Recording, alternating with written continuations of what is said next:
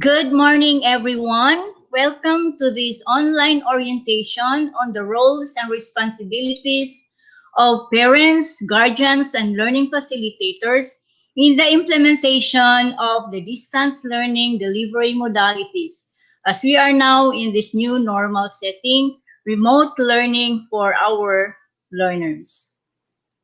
Of course, our greetings to our schools division superintendent, Sir Rinaldo B. Meliorida, our Assistant Schools Division Superintendent, Ma'am Genevieve T. Franciscetti, our CID Chief, Dr. Esther Genio Pelayo, our SGOD Chief, Mr. Ernesto H. Cabanes, to all our education program supervisors, our public schools district supervisors, all our school heads and teachers, both elementary and secondary levels, and some parents whom we have invited in this orientation today. Good morning, everyone. Welcome again to this orientation. And as we start off, we will start off with the singing of the national anthem to be followed by the prayer, and to be followed by the messages, special messages coming from our CID chief, Dr. Esther Junio Pilayo, and to be followed by a special inspirational message from our school's division superintendent, Sir Reynaldo B. Milorino.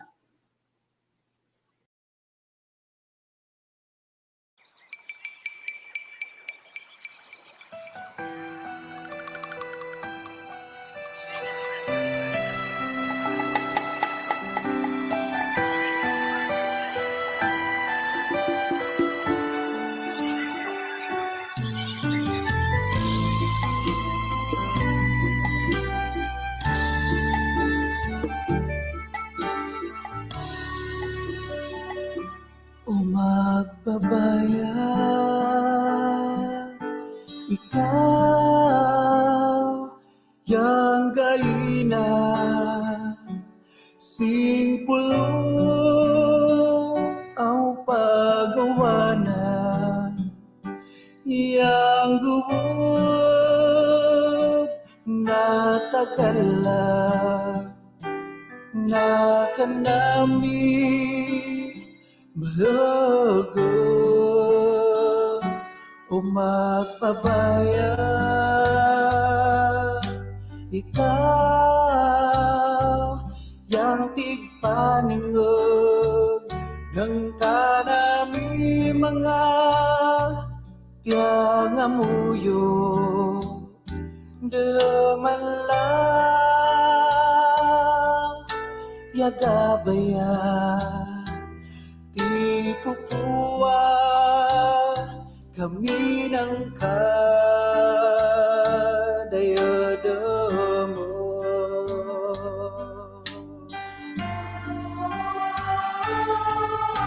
Agang waning ini dadamo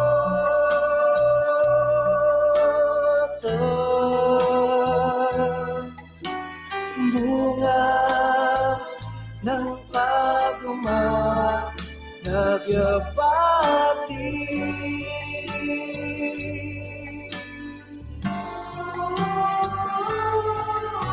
dawata yaning kanami kapasaya kamo kalipay namin yung panabi-sabi sa pangalan mo.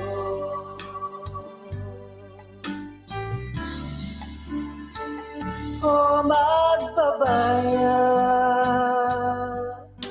ikaw yang yagatubang singka nami mga panawag-tawag sang kadyawan ikaw yagata salamat o kadinayag bangaw sang awa.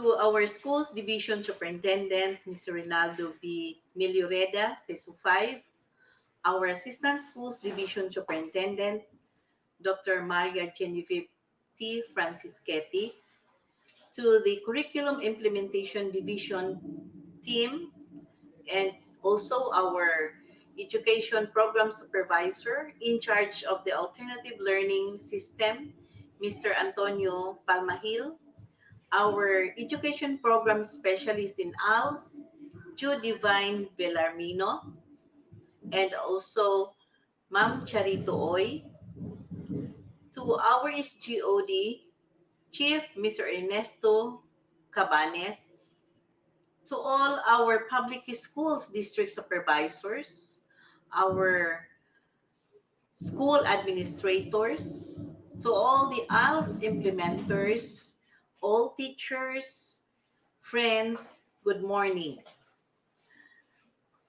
The Department of Education established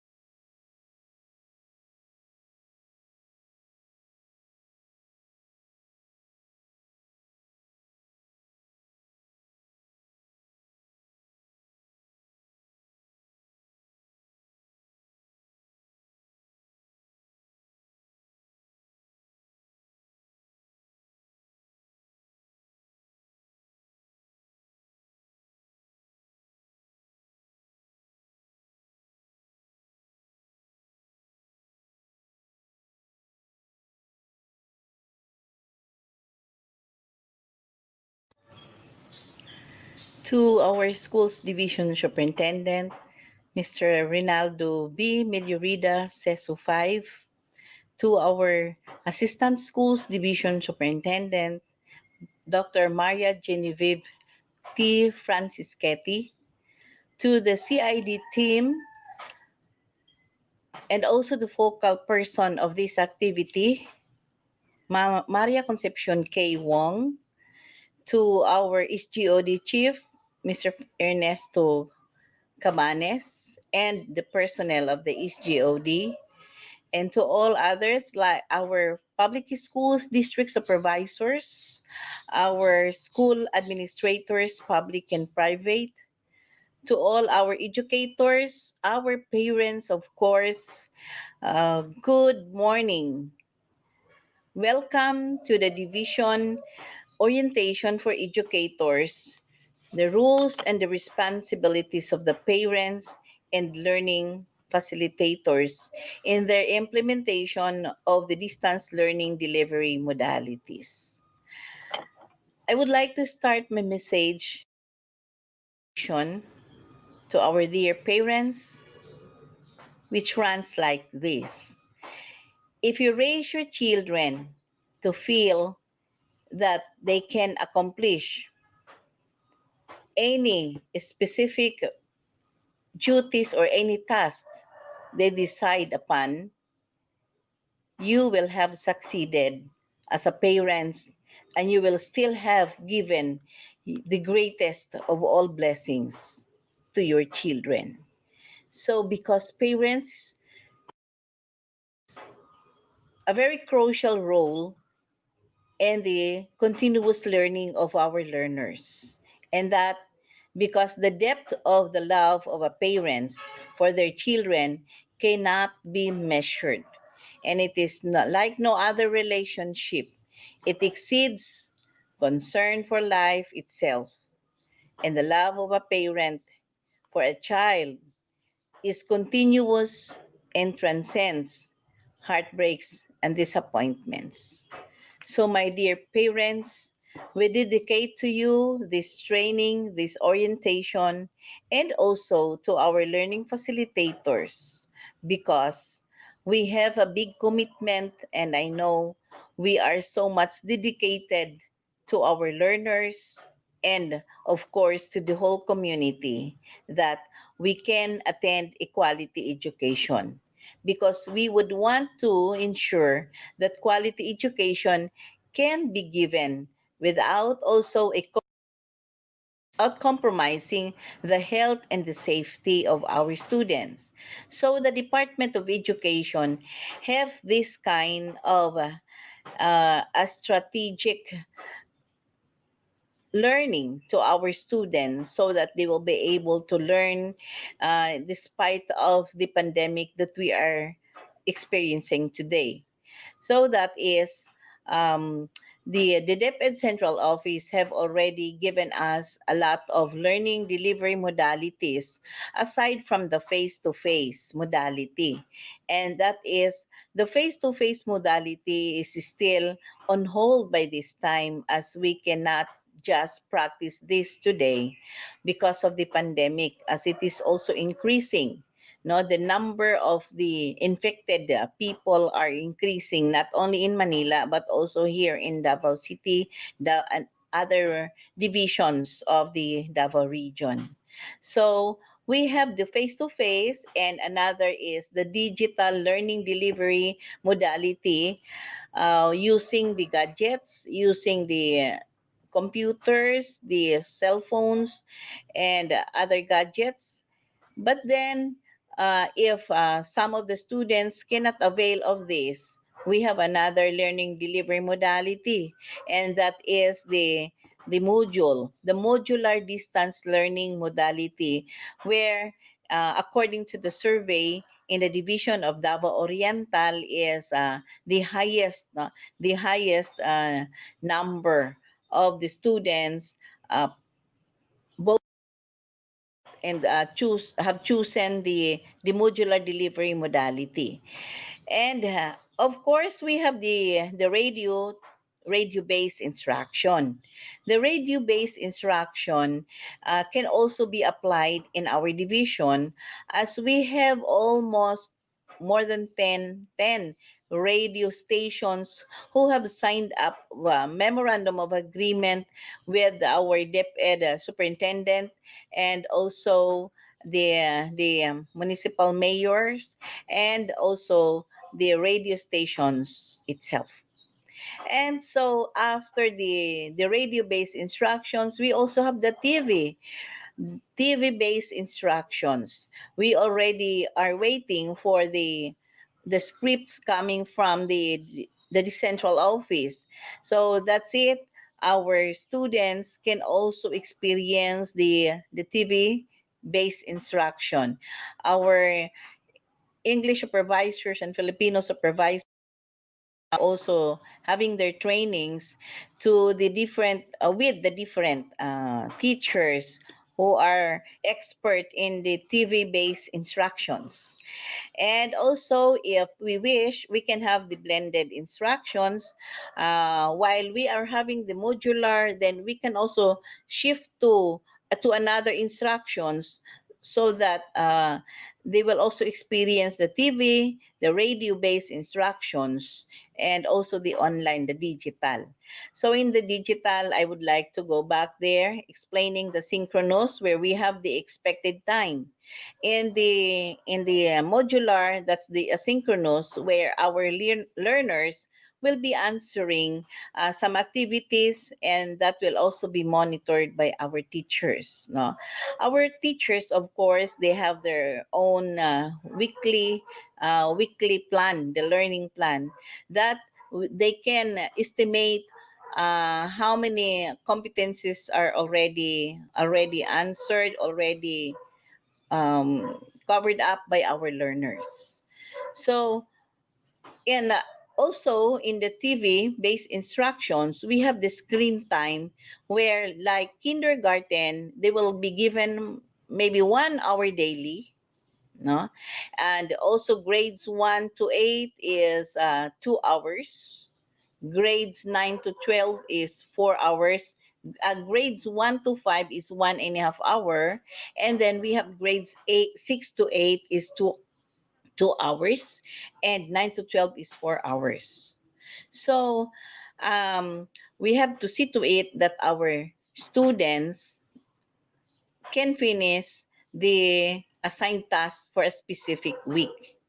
So, my dear parents, we are so much grateful to you um, for being so supportive to your learners. Let us also coordinate with each other and collaborate so that our vision in the DepEd can be accomplished, and we will all be fulfilled in delivering equality instructions to our learners.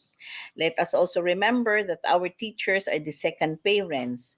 So we are expecting from our learning facilitators, that they will also be giving their time fully to our learners, and that I hope that everybody, not only in the division office, also not only in the district office, but also in the schools, our school administrators will have to support our teachers. So, my dear teachers, thank you so much for your patience in preparing. Thank you so much, and I salute you for that. And lastly, I would like to greet you a happy Teachers Day, happy World Teachers Day to everyone. Again, good morning, and mabuhay tayong lahat. Sa atong Assistant Schools Division Superintendent, Ma'am Maria Genevieve Francis Katie, to our CID Chief, Ma'am Esther Jean Pelayo, and our SGOD Chief, Sir Ernesto Cabanis, the Education Program Supervisors, the PSDSS, the school heads, to the parents, and sa atong focal person in this orientation and training, Ma'am Maria Concepcion Wong, sa inyong tanan, o sa kamayong buntag, o sa kamayong adlaw. Akong pagpasalamat sa team ni Ma'am Wong sa pag-conduct nini nga mga orientation. This is really very important because we all know that our children, the students, are now learning at home, and ang permanente nila nga makauban sa ilang panimalay, siyempre ang ilang mga ginikanan, ang ilang mga igsoon. Kaya we deem it very important na makandak na to ning orientation on the roles of parents diha sa new normal na atong nahitabo sa ato sa pagkakaroon, para ma-maximize nato ang panahon, ma-maximize nato ang opportunity to learn using the materials that we distributed, and in the presence of the parents, or even elder brothers and sisters sa atong mga learners. So akong giawhag ang tanan nga maminaw atong gamiton ang atong panahon aron again makatunan nato kung unsa ang atong mga roles and responsibilities, then maka-benefit ang atong mga kabataan while learning right in your respective homes. Kaya Ma'am Wong, congratulations sa ato ang mga school heads. We wish that after this orientation, we will also have our own school-based orientation that might be done by group, observing the strict health protocols nga atong subayon diha sa atong mga eskwelahan sa pagkandak sa atong mga activities. No? So kining tanan atong gihimo para sa atong mga kabataan. Kaya kitang tanan magtinabangay, padayon nga magtinabangay alang sa kalambuan sa atong community pinaagi sa paghatag sa atong mga kabataan sa quality education nga that they rightly deserve. So ang Ginoo hinaot nga magauban permi kanato sa atong paghimo sa atong mga trabaho. God bless us all.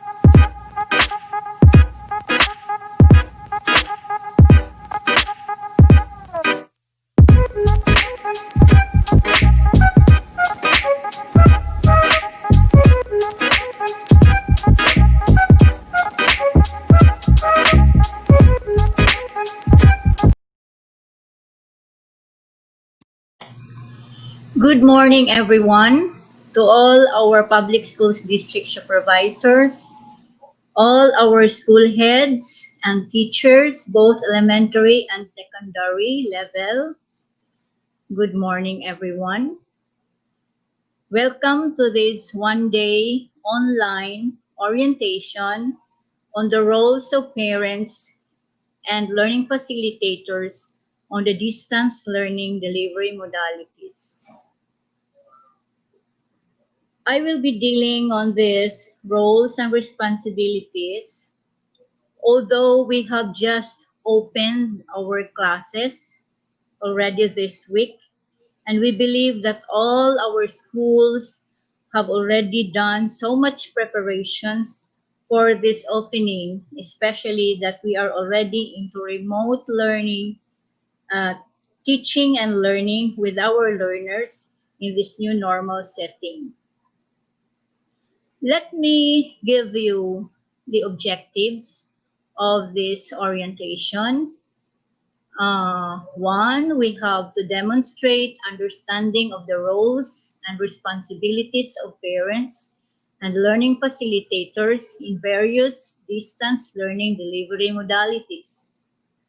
To help parents address future challenges in guiding their children for independent study at home, and cultivate commitment and support for continuous basic education delivery amid disruption. While we believe that all our schools have initially oriented our parents on what's going to happen when there is no more face-to-face, but learning continues with the use of the distance learning delivery modality, which is really what we are doing right now as we start our classes.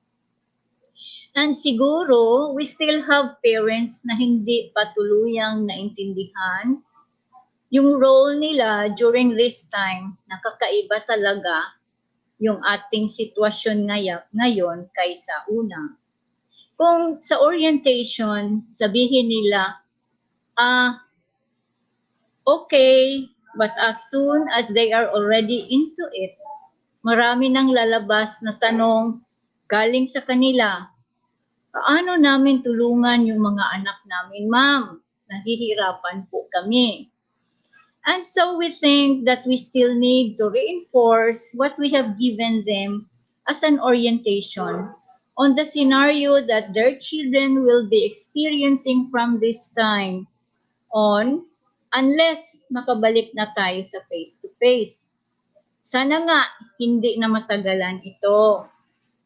Okay, so sasabihin ng mga parents natin, ganito pala yun, ma'am. Our children will be left with their self-learning modules without their teachers in front of them. And so ito ay isang hamon para sa ating lahat po, to our learners, to our parents, to our stakeholders, to our government, and the community, at sa ating lahat. Malaking hamon po talaga ito para sa ating lahat, ating mga teachers, and to all our administrators.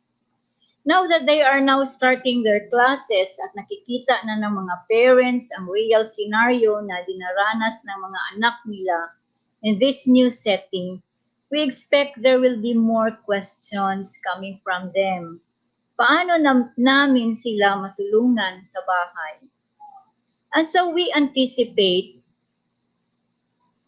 we will reinforce what we have given them initially.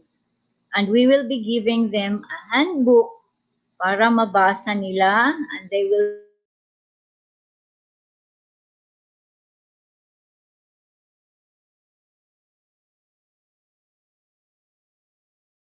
ating mga parents yung itong mga tips na to on the roads. And therefore, we explain more to them the roles and responsibilities as parents and to learning facilitators kung meron tayong makukuha maliban doon sa mga parents na nahihirapang tulungan ang kanilang mga anak during this distance learning delivery modality. And so allow us to take up again with you, all our teachers and administrators, on how do we explain to our parents and learning facilitators on the roles and responsibilities in this distance learning modality. Okay, so we will help our parents engage themselves in the learnings of their children. So with this one-day online orientation, we shall have 4 sessions. To take up the first session would be, we shall hear from Miss Cherry Ann Verana Kibo of the SGOD, the Senior Education Program Specialist, and she will take up on the transitioning to the new normal through distance learning. And this is going to be a review of the different learning modalities. Session 2 will be taken up by Sir Tony Palmahil, our EPS in Math and House, and he will be talking about enhancing independent learning through plans and modules. Session 3, I will be back and I'll be talking on the additional tips on roles and responsibilities of parents. How do we help the parents be engaged themselves in the learnings of their children? And last would be the frequently asked questions by Sir Dudes Dapitanon, our EPS for Edukasyong Pagpakatao and IP Education. So we will start off now. So without much further ado, let's start with our first session. So our first session is on the different distance learning modalities or the transitioning to new normal through distance learning. So with that, ato ang ipahibalo karon sa ato mga ginikanan. I know that some of our teachers, our schools, district supervisors are very familiar with the distance learning modalities. But now, ang mga learning modalities ato pong i-share sa atong mga ginikanan, no, para mas naa sila'y idea sa nagkalahi-lahi nga mga learning modalities, especially in this COVID time. So unang-una, we have the first modality, the face-to-face learning, modality number 1. Face-to-face learning, basically, kabalutan, no, this is the usual set up in the classroom even before this pandemic took place. No, we have face-to-face teacher-learner interaction in the classroom or in any available learning space in school or in the community. So others are also making use of government centers nila, kanilang mga plaza, ginagamit din nila for face-to-face teacher-learner interaction. But then, due to this pandemic, face-to-face learning was put on hold by the Department of Health, IATF, on COVID-19 because the Office of the President considers it not safe to physically return to school. So, mo ni siya nga sa karon wala pa jud tay face-to-face learning modality because even the DOH na National IATF, they consider it as a very risky move to hold face-to-face learning. But if in case, no, hopefully, kung moabot ang panahon na maging dili pa gyud kung na masugtan na tano to conduct face-to-face learning modality or to face-to-face learning classes, this will be the setup. The class will now be composed of 18 to a maximum of 21 learners to follow physical and social distancing protocols. Kana kung naana ang time that they will give us a go signal, the National IATF will give us the go signal to conduct face-to-face classes. But as of now, dili pa siya pwede. Alright? Follows the usual class program but no class shifting is advised. So if you may recall before, class shifting, maglahi-lahi ang mga teachers, diba? Balhin-balhin sila or ang mga bata ba ang mga magbalhin. So if we will be allowed to do face-to-face learning, we will no longer have, we will not yet have class shifting para to lessen the risk, no, of transmission. Also, we will observe stringent health standards, and this is required to protect the health and safety of each child. So just for our parents to know, maskin pa man walay klase karon na face-to-face, no, sa atong mga eskwelahan, we are very happy to let you know that still our schools are preparing their classrooms through our partnership with the disaster risk reduction and management as well as our school health and nutrition coordinators because naglilibot sila sa mga schools to check whether or not ang ating mga schools ay ready na ba to ready for this type, no, of modality if in case papayagan tayo mag face to face. Although as of now wala pang go signal, but still our schools are already preparing. Meron na silang mga sanitizers. They're observing the different stringent measures on face-to-face on against COVID-19. So yan po. So yun ang ating face-to-face. Basically, from the word itself, no, face-to-face. So magkita ang maestra o ang bata. But for the second modality, which is usually ito mga ina-adapt natin, no, at this time, we have distance learning. So una nating type of distance learning is a TV or radio-based instruction. So right now we are also using TV or radio-based instruction to supplement learning in areas with access to TV networks or radio stations with programs dedicated to deliver the DepEd TV radio-based lessons. So, sa atong mga ginikanan, umingon kita og supplement, that does not mean that that is the main modality. So kana siya bali pandugang lang na siya, no, sa pagpasabot sa atong mga anak because if we will just utilize self-learning modules, we could really say na dili good 100% na matun-an dai sa atong mga anak. That is the reason why there is a need to supplement the things that they have read from their module through TV or radio-based instruction. So we have partnered with different radio stations all over Davao Oriental as well as our cable TV network in Mati City, which also covers areas in Davao Oriental. No? So para kung unsa man tong mga lesson na dili masabtan sa inyong anak, kung mutan-aw sila sa TV o maminaw sila sa radyo, mas mapaklaro pa sa ilaha ang ilahang lesson. So that is TV or radio-based instruction. So in TV and radio-based instruction, well, of course, the learning purely happens at home. And when you say distance learning, apart from radio-based TV instruction, pwede po ni siya mamahimong modular or online or a combination of both. So karon ang atong ginabuhat no, kadalasan taas nga percentage diri sa Davao Oriental are using modular distance learning. Others na merong strong na signal, they are also using online. Pero madalas, modular talaga ang gamit natin or a combination of both. So, mao na ang atong mga distance learning modalities.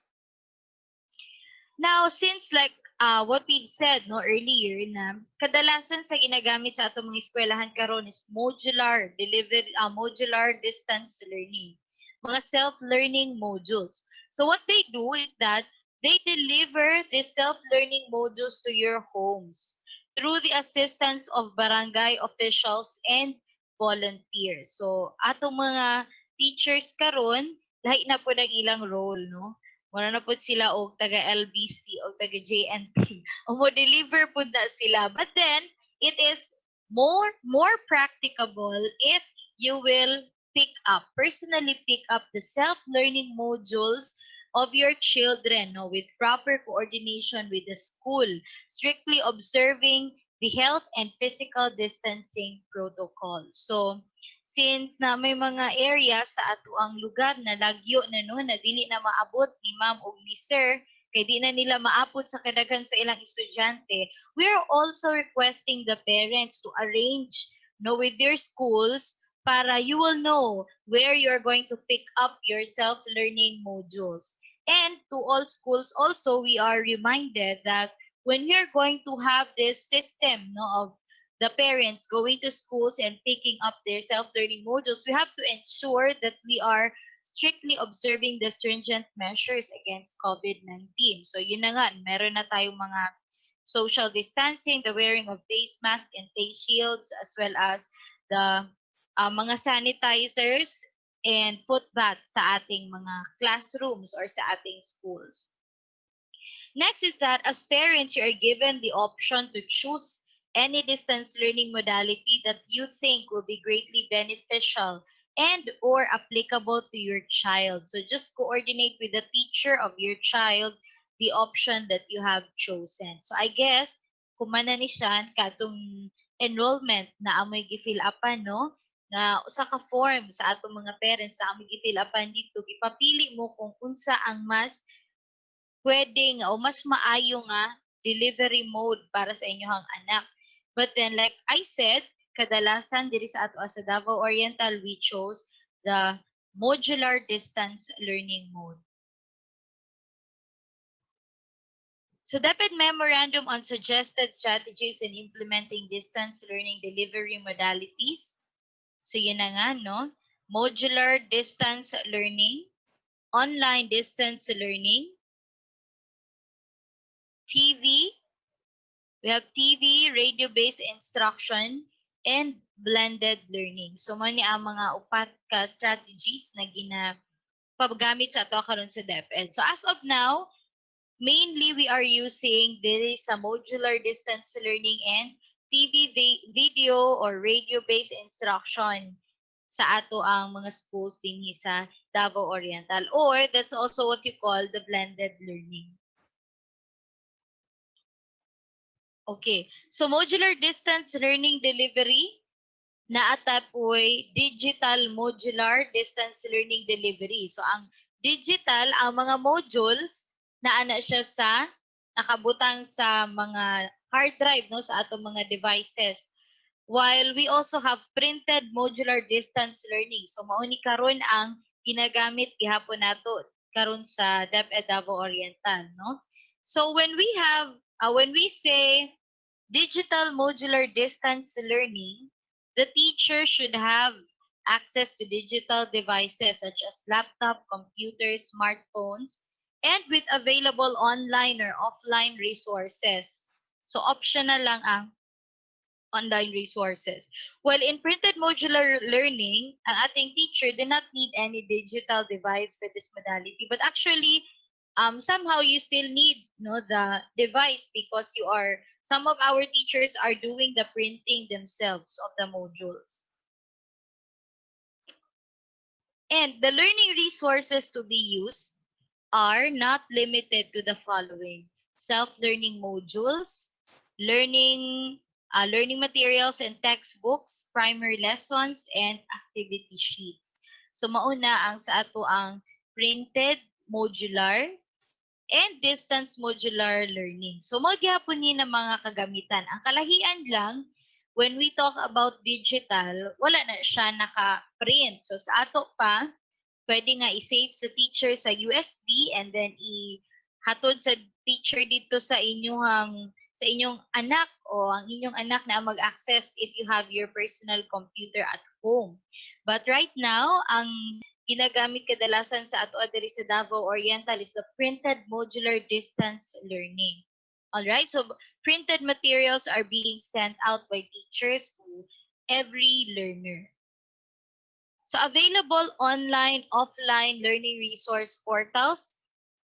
So we have, just in case, since we are using printed modular distance learning modality here in Davao Oriental, we also have other online or offline resources na available.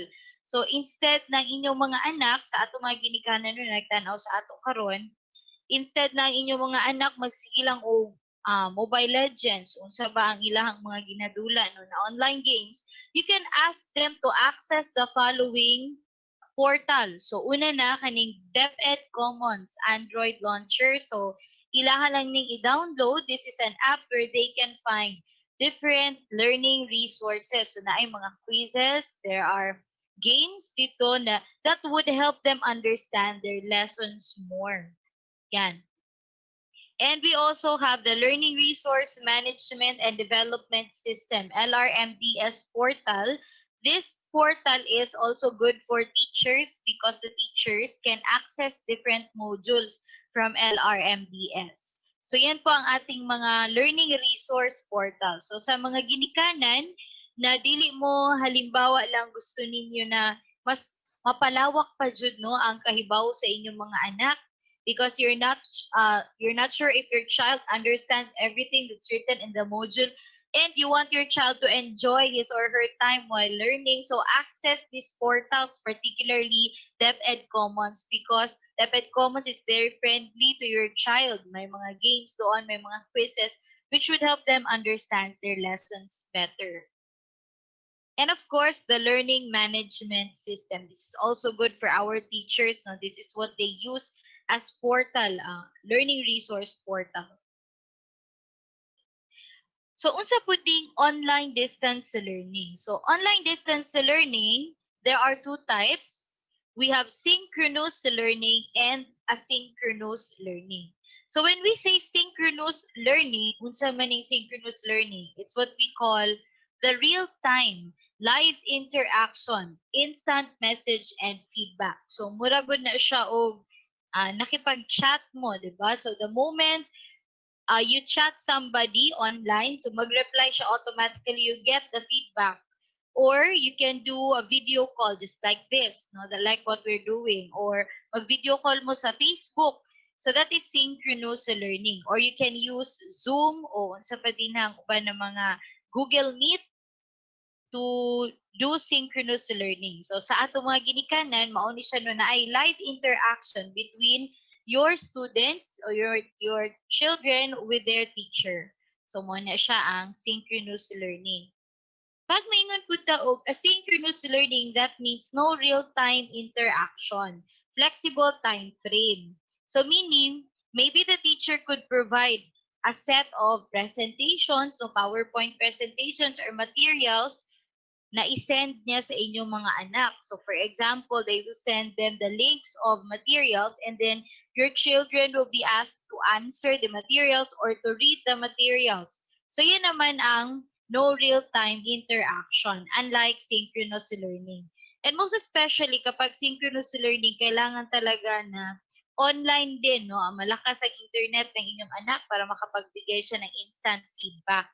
So that's one of the reasons why many of our parents did not choose synchronous learning o online distance learning. So madalas doon sa modular distance learning. So teachers present lesson in more than one format. So ganyan po ang online distance learning.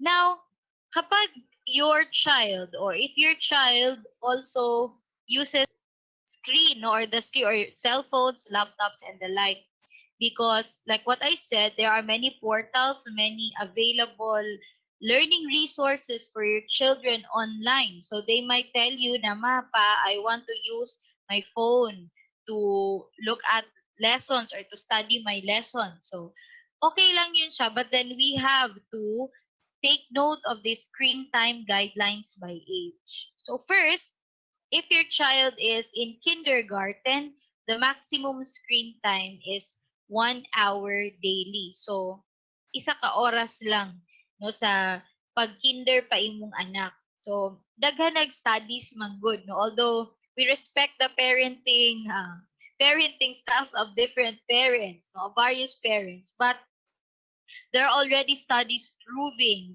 that the attention span of your children and their behavior is affected by the number of hours that they spend on screen.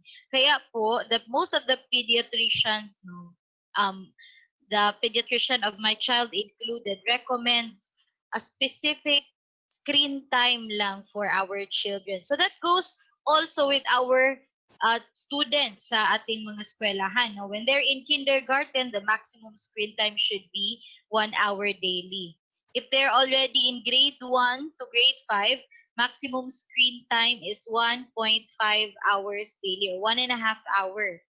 Grade 6 to grade 8, 2 hours daily. Grades 9 to 10, grades 9 to 12, maximum screen time is 4 hours daily. So sa mga teachers, online forever sila, ma'am. Busy kaya to mga teachers, no? They're always on screen. But these are the guidelines of the screen time by age for our children, no? Kasi it's not really good to always stare sa mga screen natin. Some of our screens are emitting blue light that could also be harmful to the vision of our children. Kaya eto, we do hope that you will follow the screen time guidelines by age to all of us, to all the parents who are watching us, no, learning facilitators are watching us, even our students, mga ate, kuya, so tandaan ninyo ang mga screen time by age. Huwag kayong sumusobra sa screen time, no, mga recommended screen time. Yan. So the TV radio-based instruction will be implemented in areas with access to TV networks or radio stations.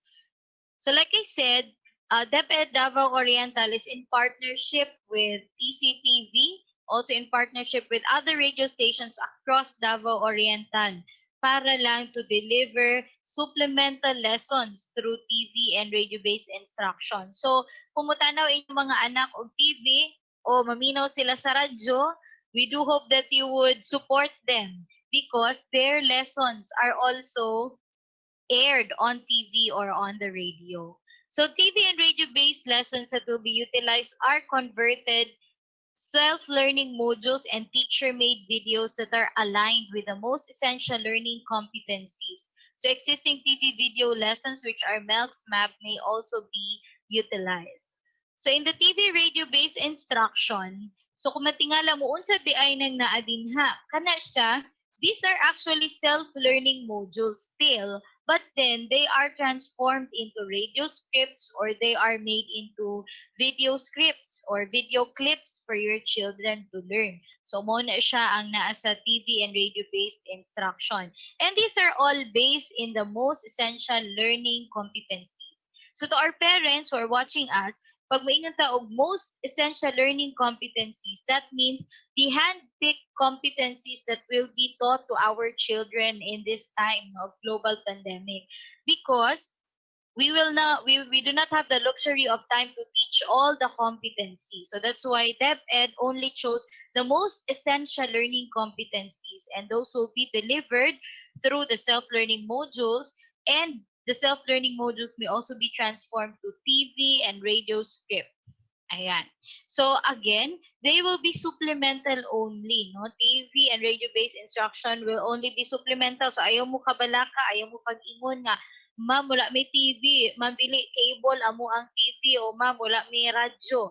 Ayaw mo kabalaka because that is only supplement. So pag moingon ta og supplement, dili ka na siya ang main, no? Dili ka na ang main nga source of our instruction. Pandugang lang na siya. Ayan. So this will be also supplemented with activity sheets and other supplementary learning resources like textbooks, learning materials.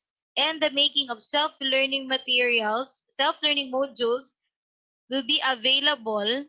Making self-learning modules available to the learners will also make the TV and radio-based instruction more effective.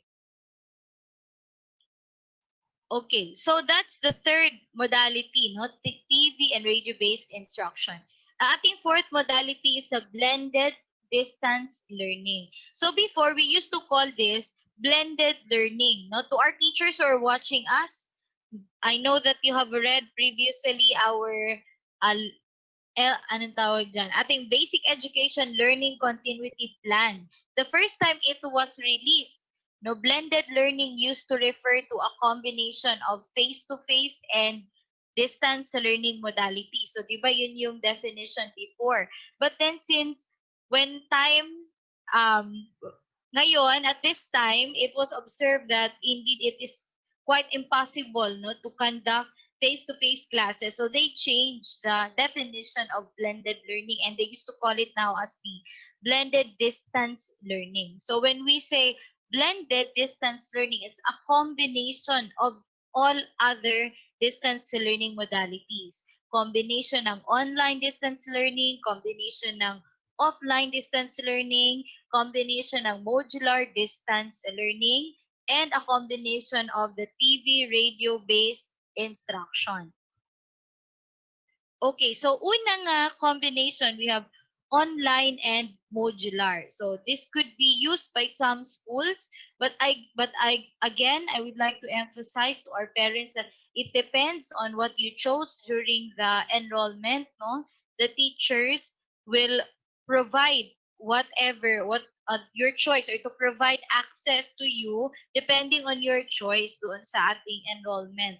So our first blend, so parang kape lang yan, no? Ang unang blend, online and modular. So, pag sinabi nating blended distance learning, online and modular, that means pwedeng that students will be going online for a lesson, or sometimes pwede din silang gumamit ng mga offline modules or printed modules. So that's the first blend. The second type of blended distance learning is online and TV radio-based instruction. So pwede din, no, yung online, ang kasabay niya ay yung TV and radio-based instruction. So sometimes the teacher would go for online, or sometimes the teacher would just tell the children to watch the TV or the episode on a particular radio program, no, for the lesson. So yan naman ang pangalawang kind. The third kind is a modular and TV radio-based instruction. Ito ang ginagamit natin ngayon sa Division of Davao Oriental. Our dear parents and learning facilitators, ito po ang ginagamit natin. Particularly printed modular distance learning together with TV and radio-based instruction. So ito ang ginagawa natin. We deliver modules and we ask parents to pick up the printed modules of their learners.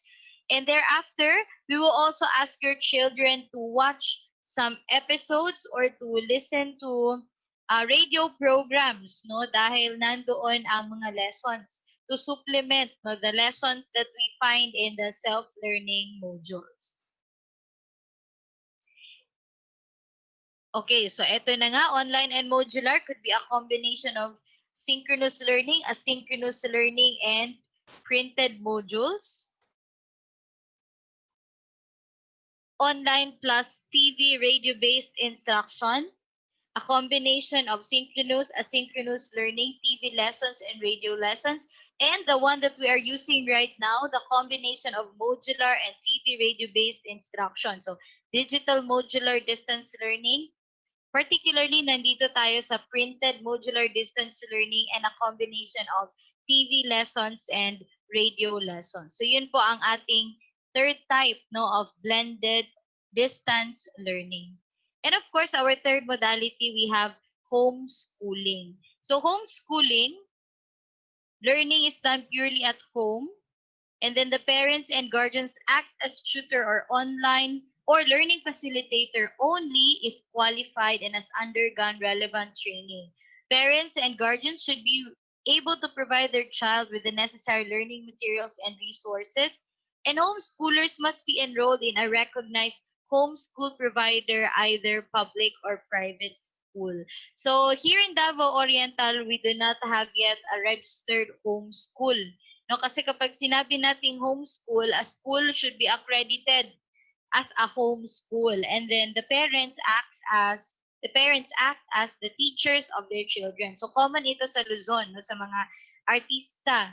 Ito ang ginagawa nila. They do homeschooling, but they're actually attached to a public school or a private school who is registered as a homeschool. So here in Davao Oriental, we do not have this pa.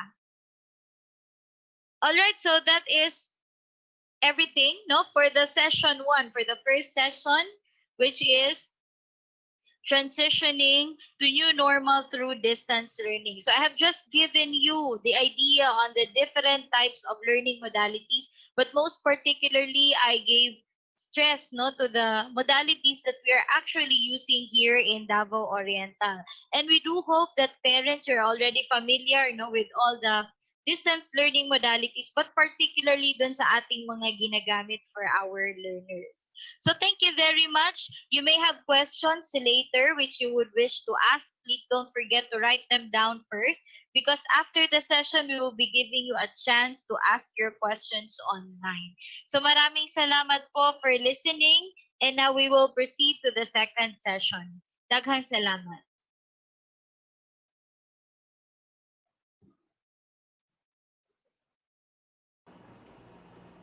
Good day, everyone.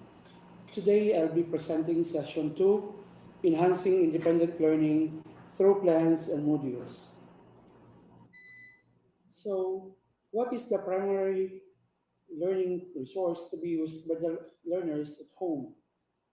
Again, what is the primary learning resource to be used by the learners at home? Simply, the answer is self-learning modules, or SLM.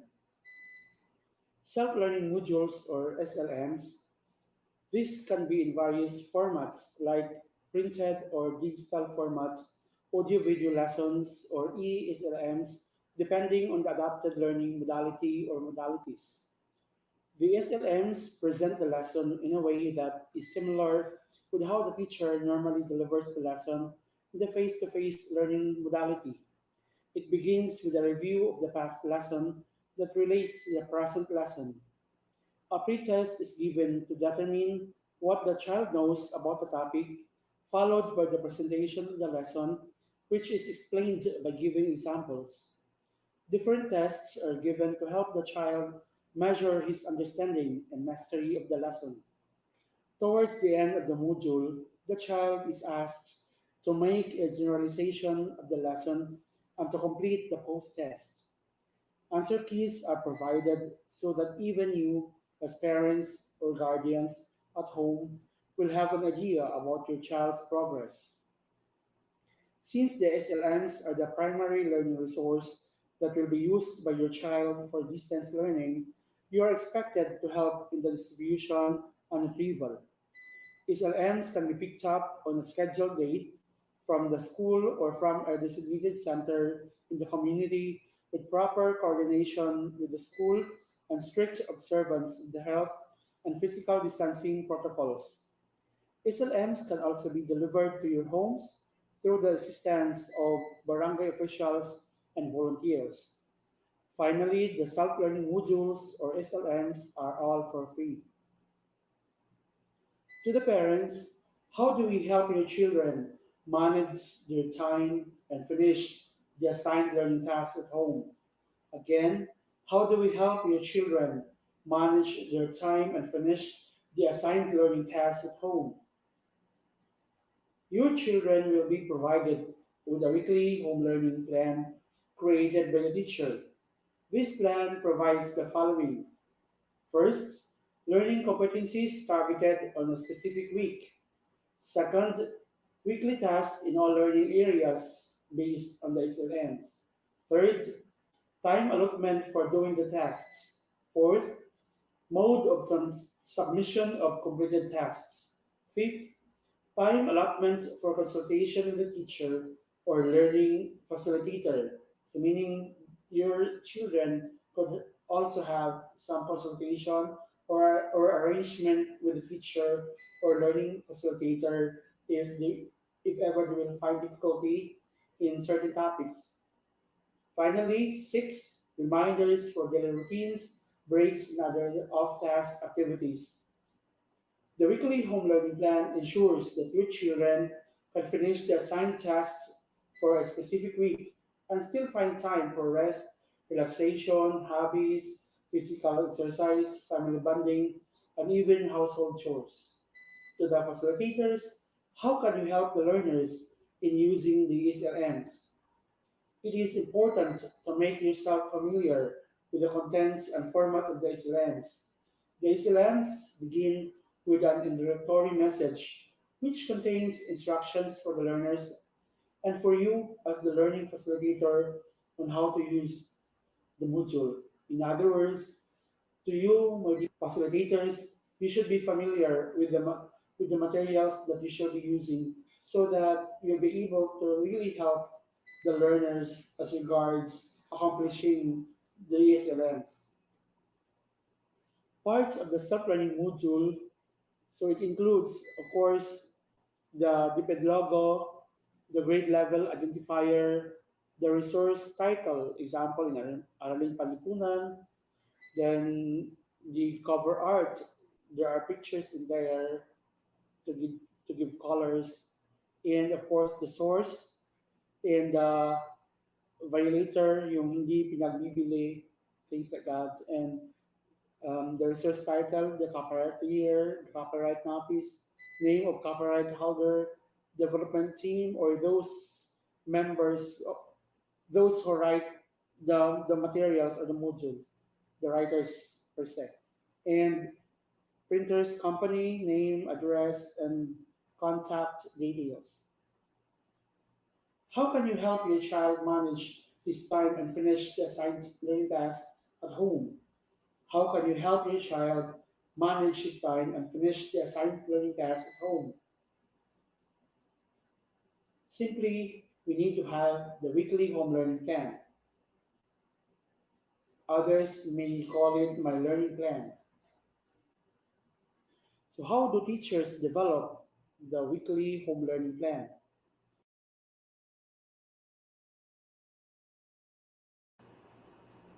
So what is to be considered, of course, the K-12 most essential learning competencies or the MELC with corresponding curriculum guide codes or CG codes and with the SLMs or the module itself. So the K-12 MELC and the self-learning modules or SLMs are really the tool that should be considered by the teachers in preparing the weekly home learning plan. So sample weekly home learning plan in say grade 7, week 1, quarter 1. The date in here is September 7 to 11, 2020. So the template in here, it includes the date and time, learning area, learning competency, learning task, mode of delivery. So if it is a 5-day class, so it starts, of course, with Monday. On a Monday, there are only two subjects being included, one subject in the morning and one subject in the afternoon. So in the morning, for example, the class will start at 9:30 a.m. and will end at 11:30 a.m. And the learning area is mathematics, the learning competency, what is expected to the learner, what is expected as regards learners' skills to develop. So the competency which the learner will develop after 2 hours. For example, in here in math, so illustrates well-defined sets, subsets, universal sets, null sets, cardinality of sets, union, and intersections of sets, and difference of two sets. And then the learning task, the activities that these learners will be doing, or um, the activities that the learners will engage, the activities that the learners should do in order to achieve the learning competency. So the tasks to be done by the learners. And the last is the mode of delivery. So how are the learners going to answer it? And after answering it, whether the parents will just hand in or give back to the school, to the teachers, the output, or whether the learners will use the Google Classroom account being given the teacher so that they can automatically give the answer online and easily, and it can be easily checked by the teacher. So things like that. And after the first period class, so there's that 11:30 to 1 p.m., which is the lunch break, so students can relax and have their meals. Then in the afternoon, another one subject, for example, 1 to 3. So the learning area is Filipino. So the learning competency, nahihinuha ang kaugalian at kalagayang panlipunan ng lugar na pinagmulan ng kwentong bayan batay sa mga pangyayari at usapan ng mga tauhan. So yan po ang learning competency. And then the learning task, ano yung mga gawain ng mga estudyante. At of course, the mode of delivery, paano sagutan ng mga estudyante yung gawain. So, at paano dalhin ng magulang ang output sa paaralan ba o yung mga estudyante ay uh, ipasa ang output sa pamamagitan ng Google Classroom account na bibigay ng guro o sa ibang platform na ginagamit ng paaralan. So yun, so day 1, for example. So in the same manner, in day 2, for example, again, there are 2 subjects, one in the morning, one in the afternoon. And on Wednesday, the same, one subject in the morning and one in the afternoon. On Thursday, the same also, one subject in the morning, one subject in the afternoon. And so with Friday. While on Friday, the learners are given the self-assessment task, portfolio preparation, like reflective journal, other learning area, task for example, for inclusive education. And then there's the lunch break, and in the afternoon, another self-assessment task, portfolio preparation, reflective journal, other learning tasks for inclusive education. So, yung Friday po, yun yung mga self-assessment, tapos yung mga activities, parang mga, pwede yung mga reflective journal, or pwede rin yung mga, yung other tasks na pwede yung mga performance tasks na napapaloob doon sa mga SLMs na nasa kamay ng mga bata. And finally, at 3 o'clock or onwards, family time, relax na yung mga bata. So sa Friday, wala na pong yung gawain ng mga lessons except puro self-assessment. In other words, in the weekly home learning plan, in here it involves the learner, the child as active learner, together with the teacher as facilitator and parents as partners. So it involves the three, yung pinaka-importante sa lahat, yung bata, yung teacher, at saka yung parents, the partnership of the 3 persons or 3 individuals. Okay. How do we help the learners who find it difficult to keep up with the lessons and consequently fall below the learning expectations? How do we help the learners who find it difficult to keep up with the lessons and consequently fall below the learning expectations? Of course, there must be that individual monitoring plan. So We have here the sample individual monitoring plan. In the individual monitoring plan, so there is a template in here wherein we will consider the learner's name, the grade level, the learning area, learner's needs, intervention strategies provided, and monitoring date, learner status, whether significant progress, and mastery. And in consideration of the intervention status in here, whether the learner is not making significant progress in a timely manner, so intervention strategies need to be revised. The learner is making significant progress, therefore continue with the learning plan. And finally, learner has reached mastery of the competencies in learning plan, which is really our main goal.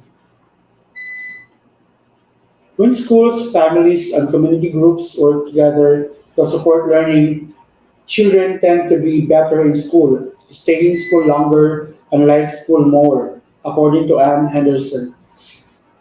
So I have here two questions for discussion. First, when do you think should parents come in to provide support in accomplishing the learning tasks?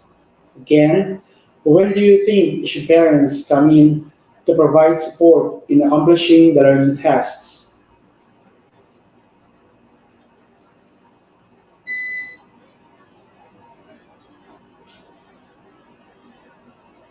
Second, how can the weekly home learning plan help parents in monitoring and guiding their children? How can the weekly home learning plan help parents in monitoring and guiding their children?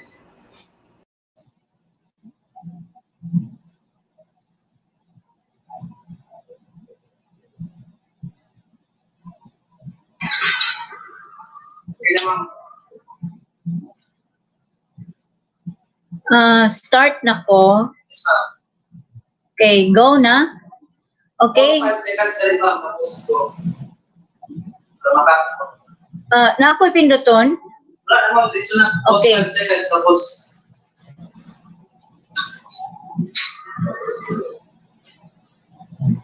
Okay. Again, good morning, everyone. I will be talking now on the roles and responsibilities of parents and guardians. Let me welcome some of our parents representing the different districts who are joining us here in this orientation for parents and learning facilitators.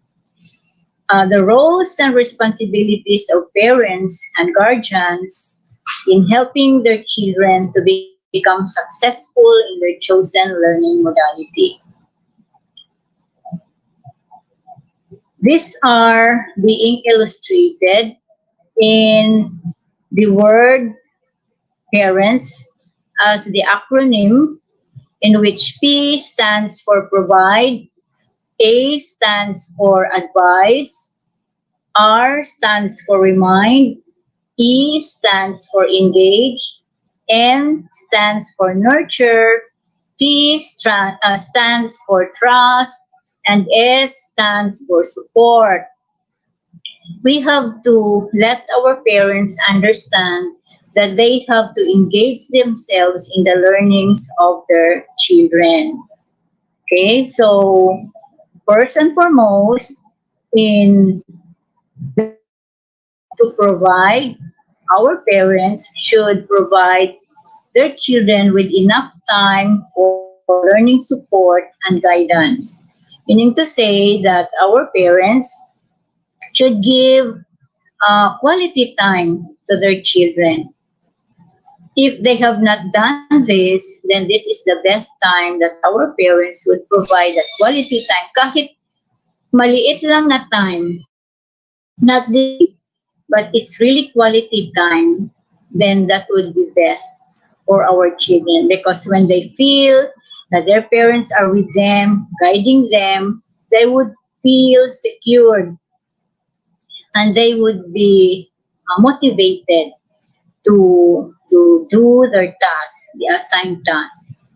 They should also ensure or give a safe, clean, and quiet place where their children can concentrate on their studies and learning tasks.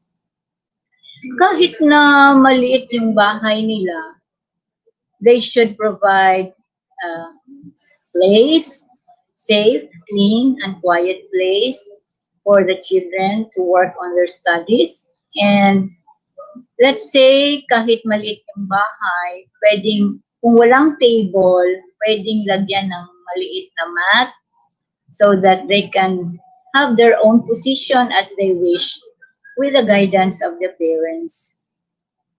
And they should also offer some motivating factors which they think can best captivate the interests of their children.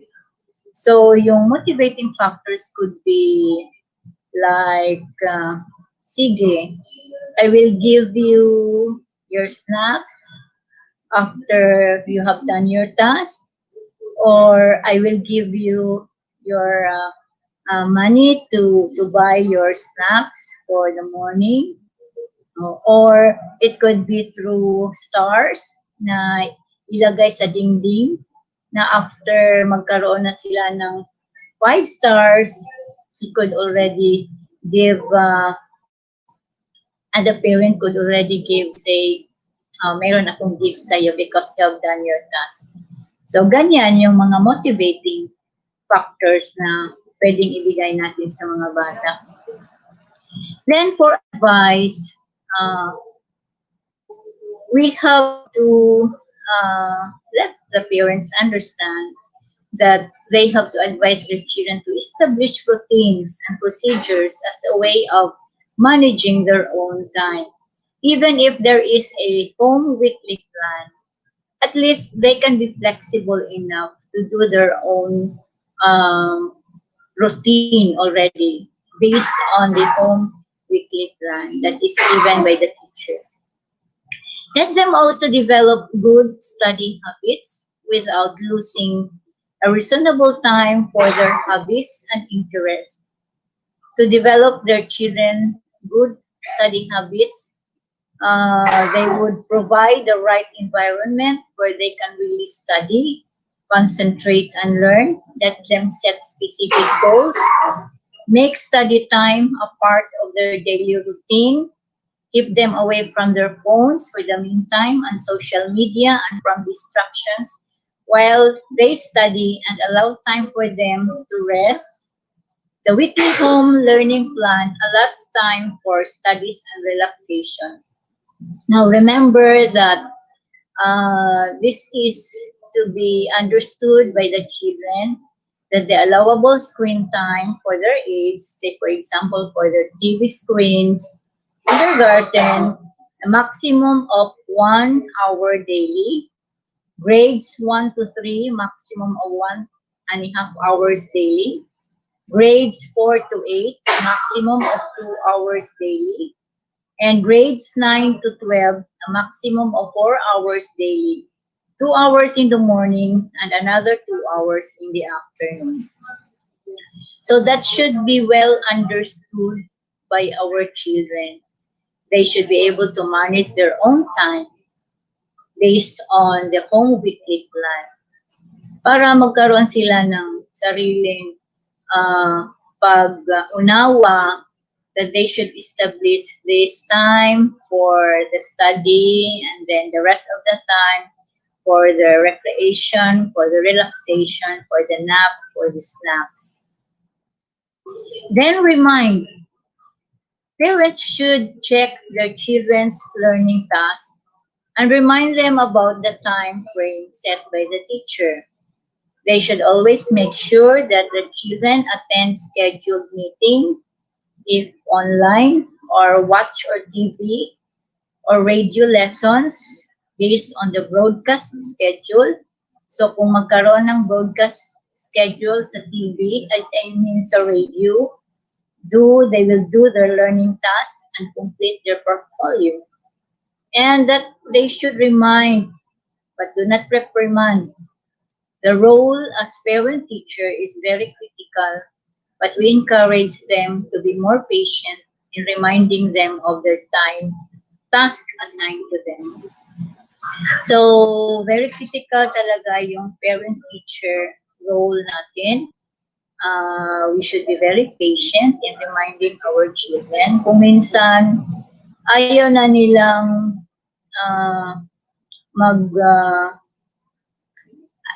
ayaw na nilang magtapusin. So, very tired na kung minsan. So, we should be considerate also. Kasi kung minsan may mga physically, baka may mga pagkakataon na masakit ang tiyan or not feeling well. So, we should be very patient and be considerate also. Then engagement. Parents should engage with your children by guiding them in their work. They should be familiar with the contents of the self-learning modules, online learning activities that teachers have created for their children so that they can assist them if needed. So, kailangan familiar yung mga parents natin doon sa mga modules na ibinibigay natin sa mga bata. As what Sir Tony has said a while ago, makikita doon yung format ng modules, saka they should be familiar with it so they can assist their children. And also, they should involve themselves in their children's undertakings. Their involvement will greatly motivate the children to achieve the quality education that we want for them. No? So, our involvement with them, as I have said, will make them feel secure na nandyan si Papa, nandyan si Mama, mag-guide sa akin. So, yung feeling of insecurity, your feeling of, let's say, stress condition na mahihirapan kami dito, walang mag-guide, wala si teacher, andyan naman si Papa at si Mama. Okay, or somebody in the family who can guide. Then nurture. Nurturing starts with an open mind and heart. Be mindful of the feelings. Parents should be mindful of the feelings of their children. The way how their children learn depends on how they treat them. Teach them with a heart. So, kailangan talaga mataas ang pasensya.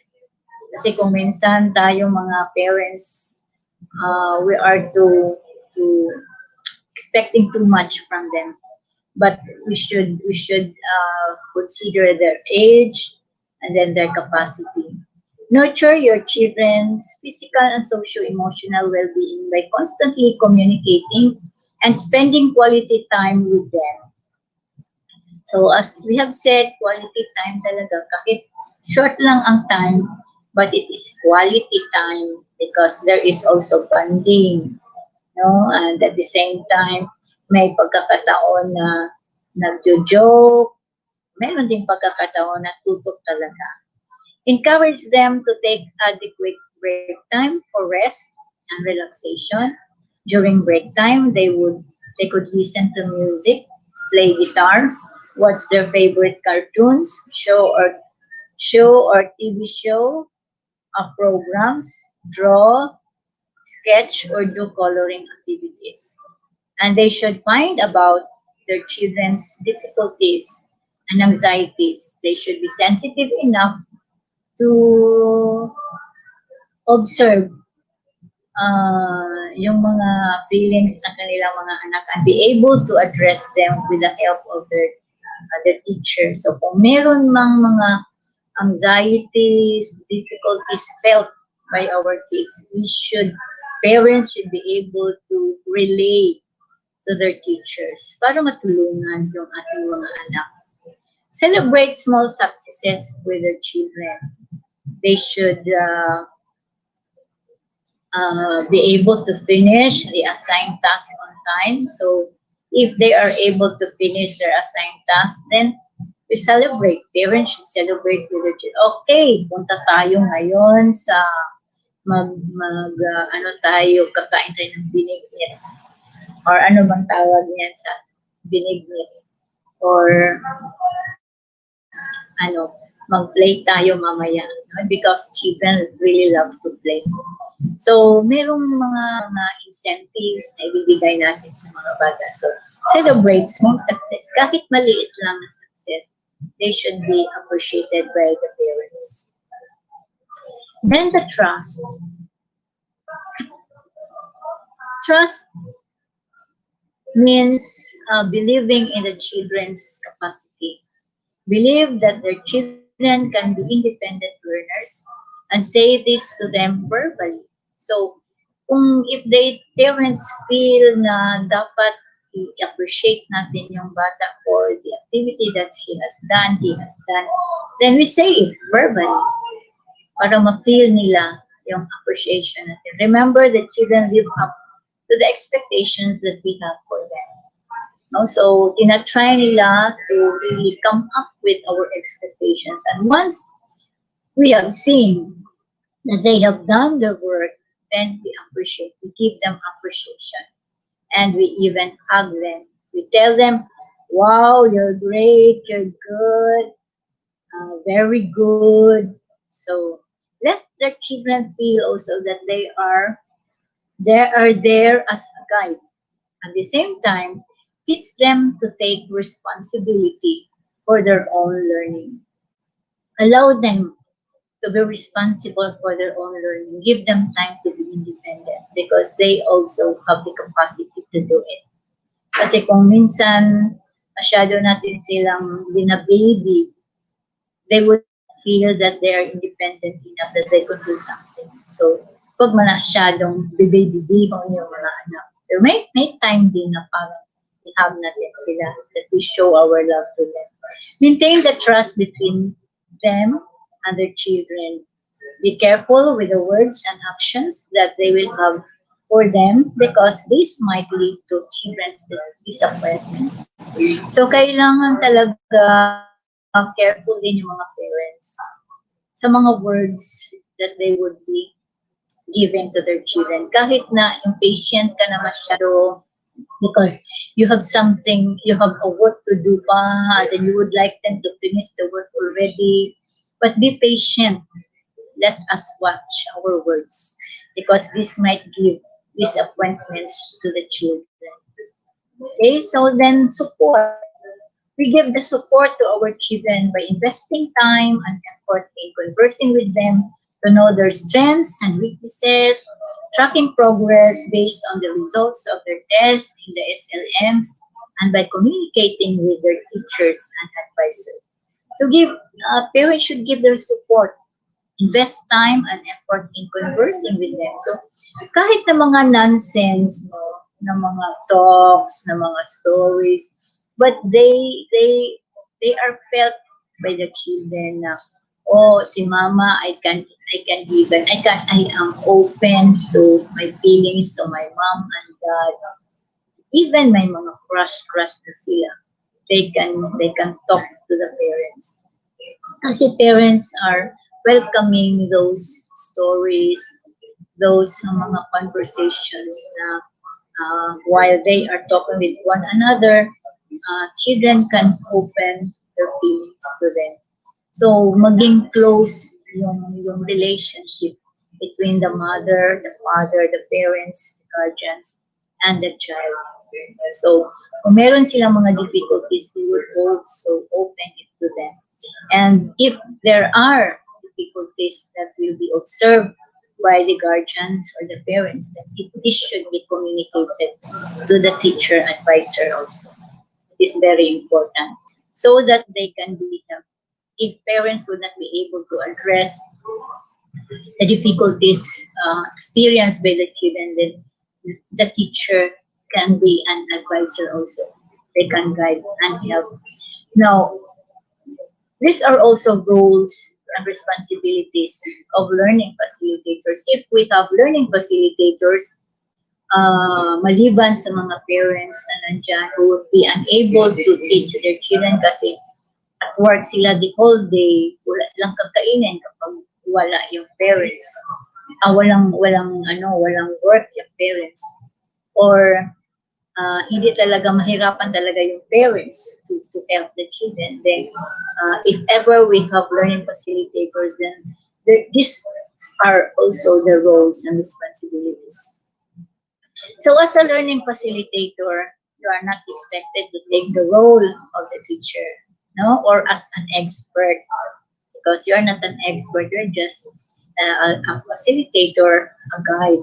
But you are highly encouraged to stay connected with the learner as guide on the side in order to give guidance and supervision. So, bali, ni-request natin sila para meron din guide yung bata, yung anak natin. If unable yung parents or wala siyang parents, but he stays with his grandparents na very old na hindi na kaya makatulong sa bata, then we can request somebody as guide. Then, so, specifically, learning facilitators are expected to perform the following roles and responsibilities. They have to ensure that the SLMs reach their assigned learner. So, kailangan makita na umabot doon, nakaabot doon sa learner natin on time yung pag-pick up ng mga modules from the school and return the same on a specified date. So, yun ang role ng learning facilitator. Be familiar with the format and basic steps of the self-learning modules. So, kailangan talaga they familiarize themselves with the modules, how it looks, so that they can guide and assist the learner and how to use it. Okay? Then, they should coordinate on an agreed time and mode of communication with the learner's advisor, subject teacher for any concerns related to the lessons and tasks. So, kailangan na meron siyang agreed time also with the subject teacher kung kailan sila magkita o kung ano ba yung mga concerns ng mga bata para sa kanila. No? Okay, so another one would be to ensure that the learner accomplishes the learning tasks indicated in the weekly home learning plan. Support the learner when viewing TV lessons or listening to radio-based instructions and during online activities.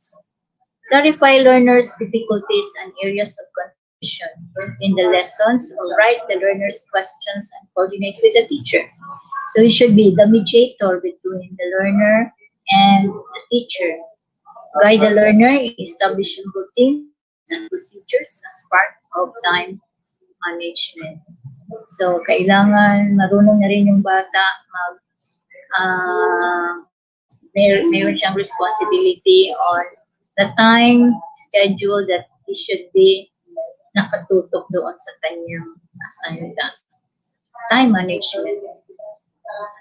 Okay, then also they should ensure that the learners follow the allowable screen time. Note that the following screen time, as we have said a while ago, by age as recommended by the American Academy of Pediatrics and World Health Organization as follows. So, sabi natin kanina, kindergarten maximum of 1 hour daily. So, yun lang ang recommended pala for screen time nila on TV. Grades 1 to 5, maximum of 1.5 hours daily. 6 to 8, maximum 2 hours daily. Hindi pala talaga kailangan all the time nandyan sila sa TV screen. Meron talagang recommended. So they should be, this should be understood by our children. Meron lang time talaga na on TV screen sila. No? So it's not recommended na all the time sila nakatutok sa TV screen. Ensure that learners finishes their snacks, their tasks based on the reasonable time frame set by the teacher. Okay? Track the learner's progress based on the results of quizzes and activities in the SLMs and in other supplementary activities. So they should be able to look at the progress of the results, on the quizzes and activities as made part of the modules. Then they should ensure that the learner accomplishes all the requirements as part of his portfolio. Submit the weekly or bi-monthly outputs to the teacher or based on the agreement set by the parents' orientation.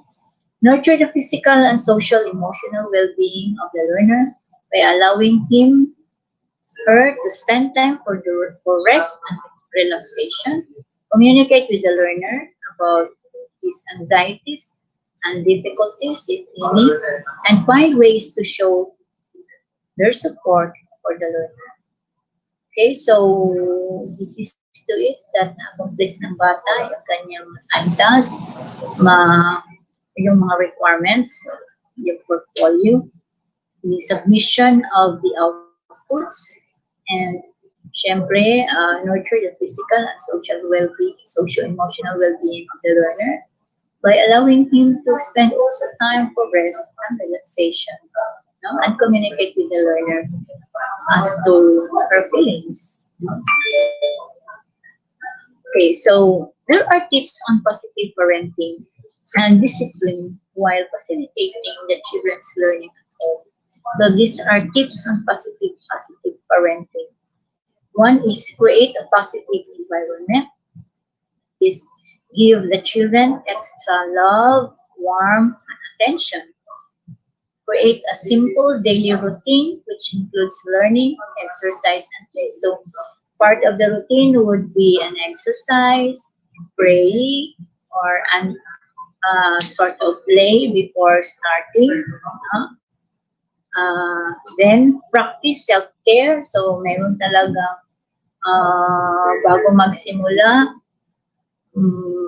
maligo, mag-comb the hair, mag-toothbrush. Okay, so part of self-care muna bago magsimula doon sa kanyang trabaho, no? Gagawin, take time off social media, engage in hobbies like gardening, play, sports, and exercise, talk to loved ones and friends, do your makeup, siguro itong makeup, combing the hair, brushing the teeth, skincare routine, no? Yung pagkat ng nails, or taking a bath, and tend to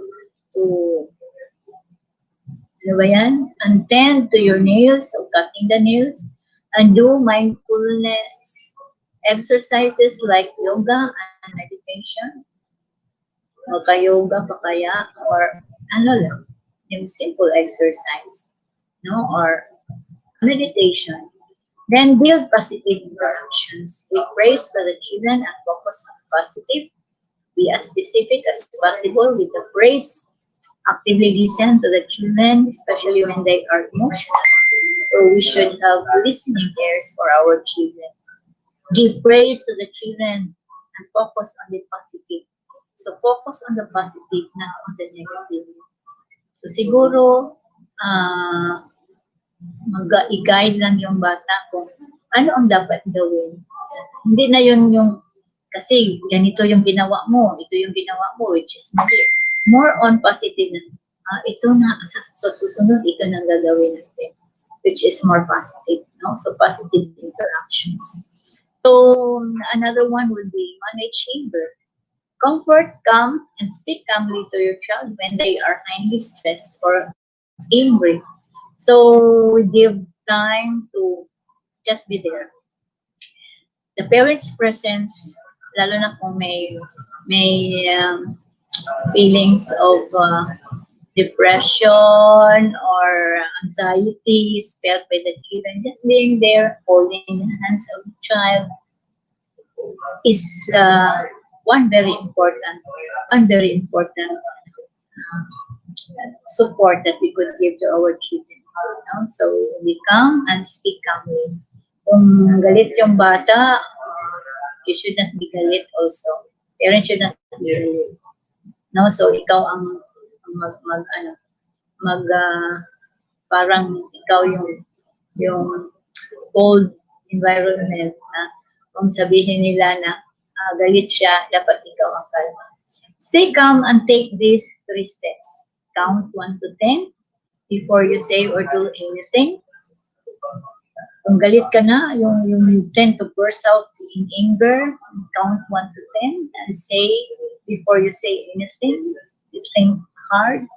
Breathe deeply and repeat a calming phrase to yourself like, take it easy, relax lang, dahan-dahan lang, hinay lang, kalma lang. So, we talk to ourselves para hindi tayo maka-burst out into anger. Wait until you have calmed down before you say anything. Kasi mahirap yung nasabihan na natin ng hindi maganda yung bata.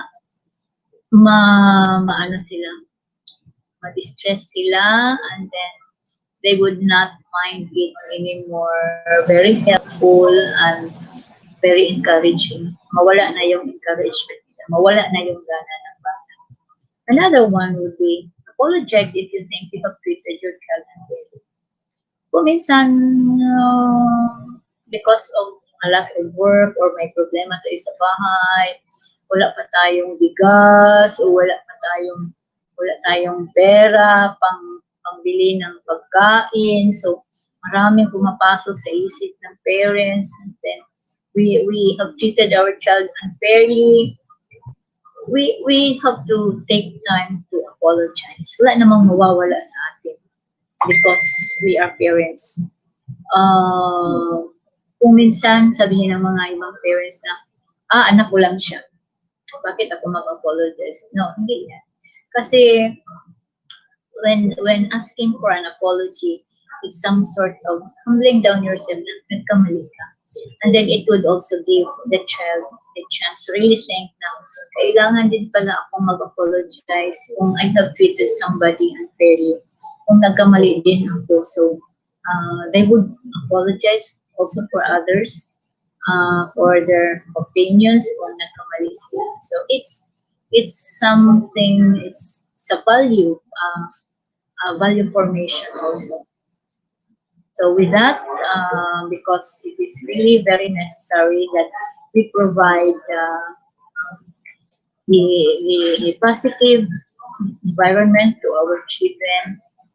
We know it's not really easy as that, but we have to do something. We are now the best partners this time. The teachers, the school, with the parents, we are the best partners this time because of this new normal environment that we are having right now, the new normal condition. So we have to really take time to really give the best to our children this time because after all, it's the success of our children that we are looking forward.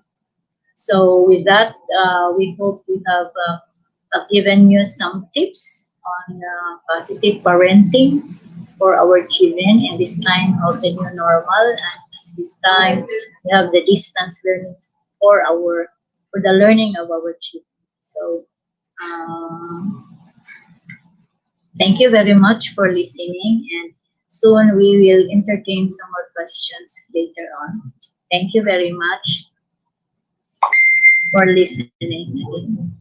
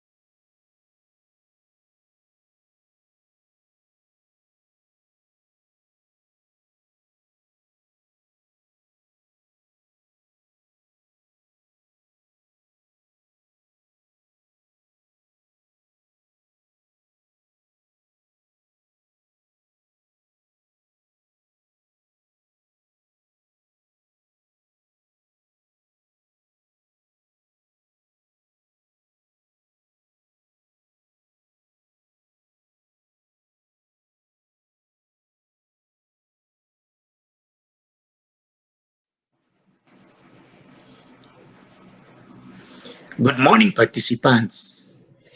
The following are the frequently asked questions about the roles and responsibilities of parents and learning facilitators in the implementation of distance learning delivery modalities. Please feel free to ask questions if there are any after reading and hearing the voiceover of the questions and answers. Here we go.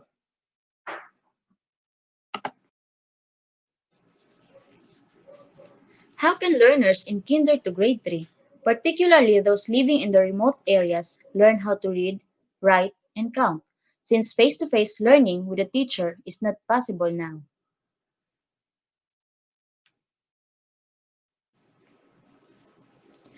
Parents are encouraged to conduct home reading session with their children. This is not a new practice as we advocate literacy through storytelling at home.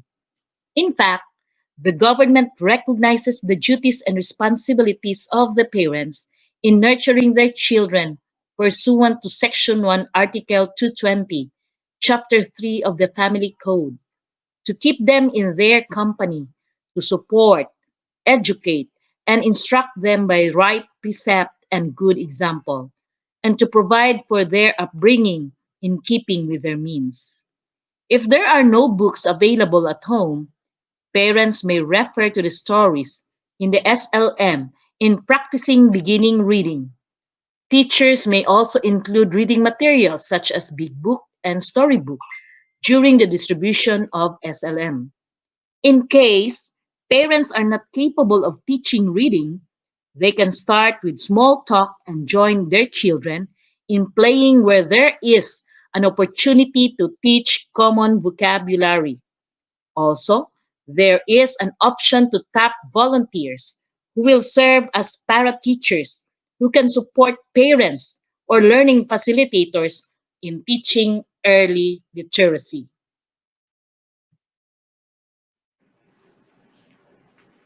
What should be done if the children do not focus on accomplishing the learning tasks?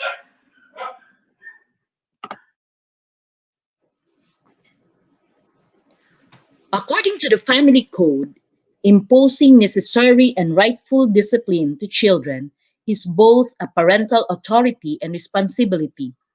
Parents must practice positive discipline. They can also request for advice from the teacher or the guidance counselor on how they can manage learning at home.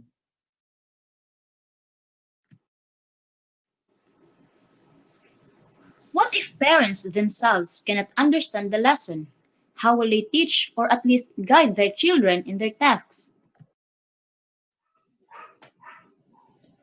Parents must coordinate with the school and ask about the communication plan that will be implemented during the school year. School will provide platforms for communication which will be agreed upon by parents. This can be in form of email, text, messenger, feedback form, or consultation with the teacher. Parents are advised to communicate with teachers to ask for help and guidance on how they can transfer knowledge that they are not familiar with to their children.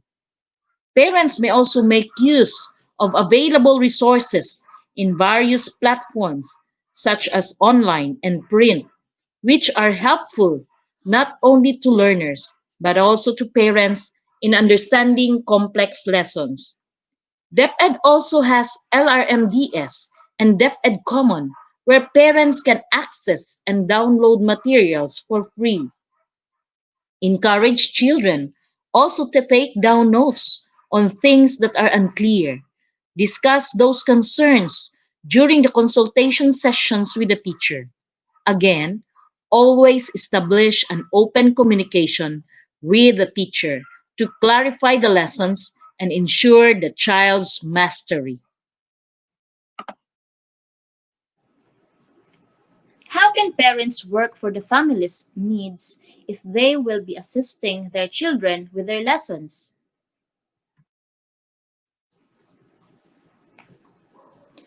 Teaching is a shared responsibility among home, school, and community. Parental authority encompasses the right and obligation of the parent to provide for the physiological and educational needs of the children. Proper planning, careful scheduling, and an open communication with their children are huge factors which will help parents in fulfilling this duty. Parents need not to teach their children all the time, thereby sacrificing their work for the needs of the family. They will be provided a home weekly learning plan from the class advisor that can help them manage time and monitor their children. Parents may also opt to ask help from other children or older children and relatives to supervise the learning.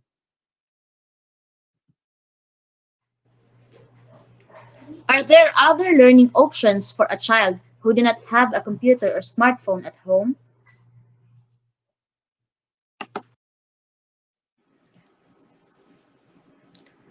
The DepEd offers several modalities in case it is not possible for a learner to participate in online or electronics-based classes.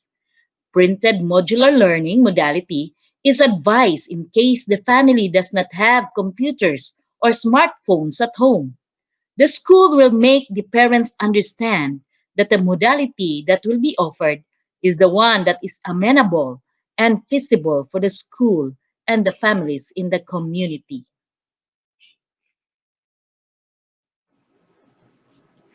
How will the learning progress by my child be assessed by his or her teacher? Is there still a quarterly test?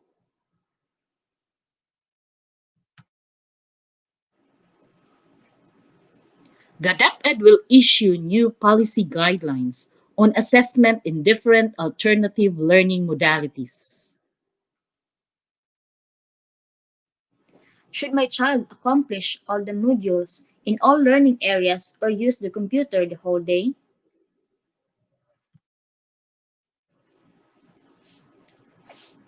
The learners must accomplish all the modules in accordance to the schedule stated in their home learning plan from the teacher.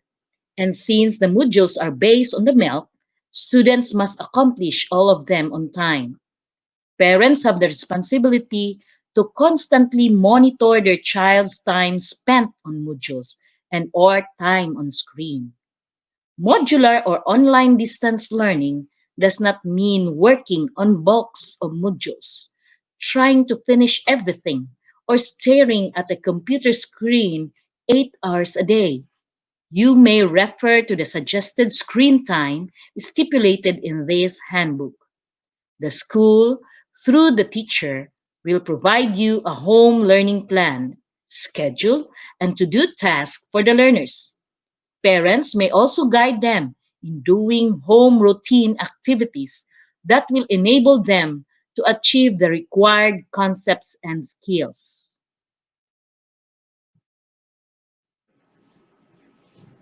Are the printed self-learning modules free? How will this be distributed, retrieved, and checked?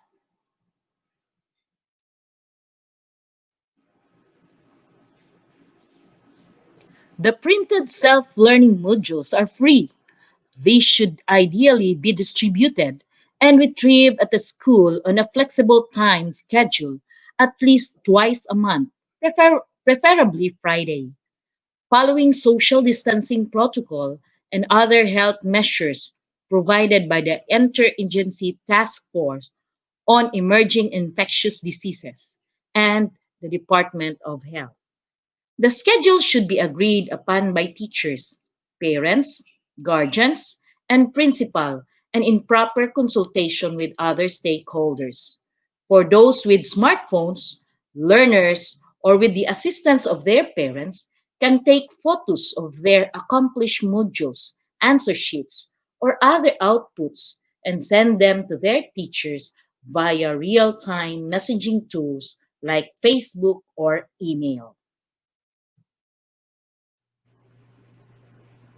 According to Josh Waitzkin, the key to pursuing excellence is to embrace an organic, long-term learning process and not to live in a shell of static, safe mediocrity. Usually, growth comes at the expense of previous comfort or safety. So, participants, those are some of the frequently asked questions and answers. I believe we learned something from the answers. So, if you have no other questions or further questions, we are done.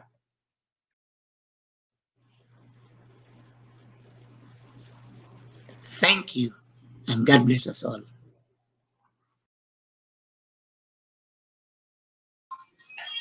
Hello for our school heads and our teachers and our parents.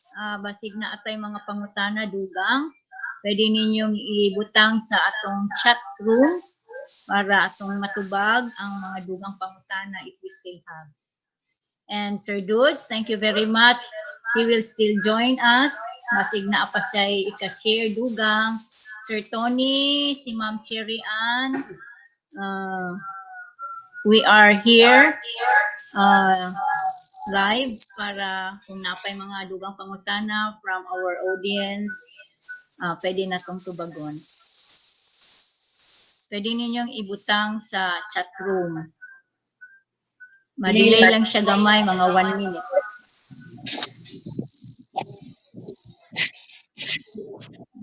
Good morning, everyone.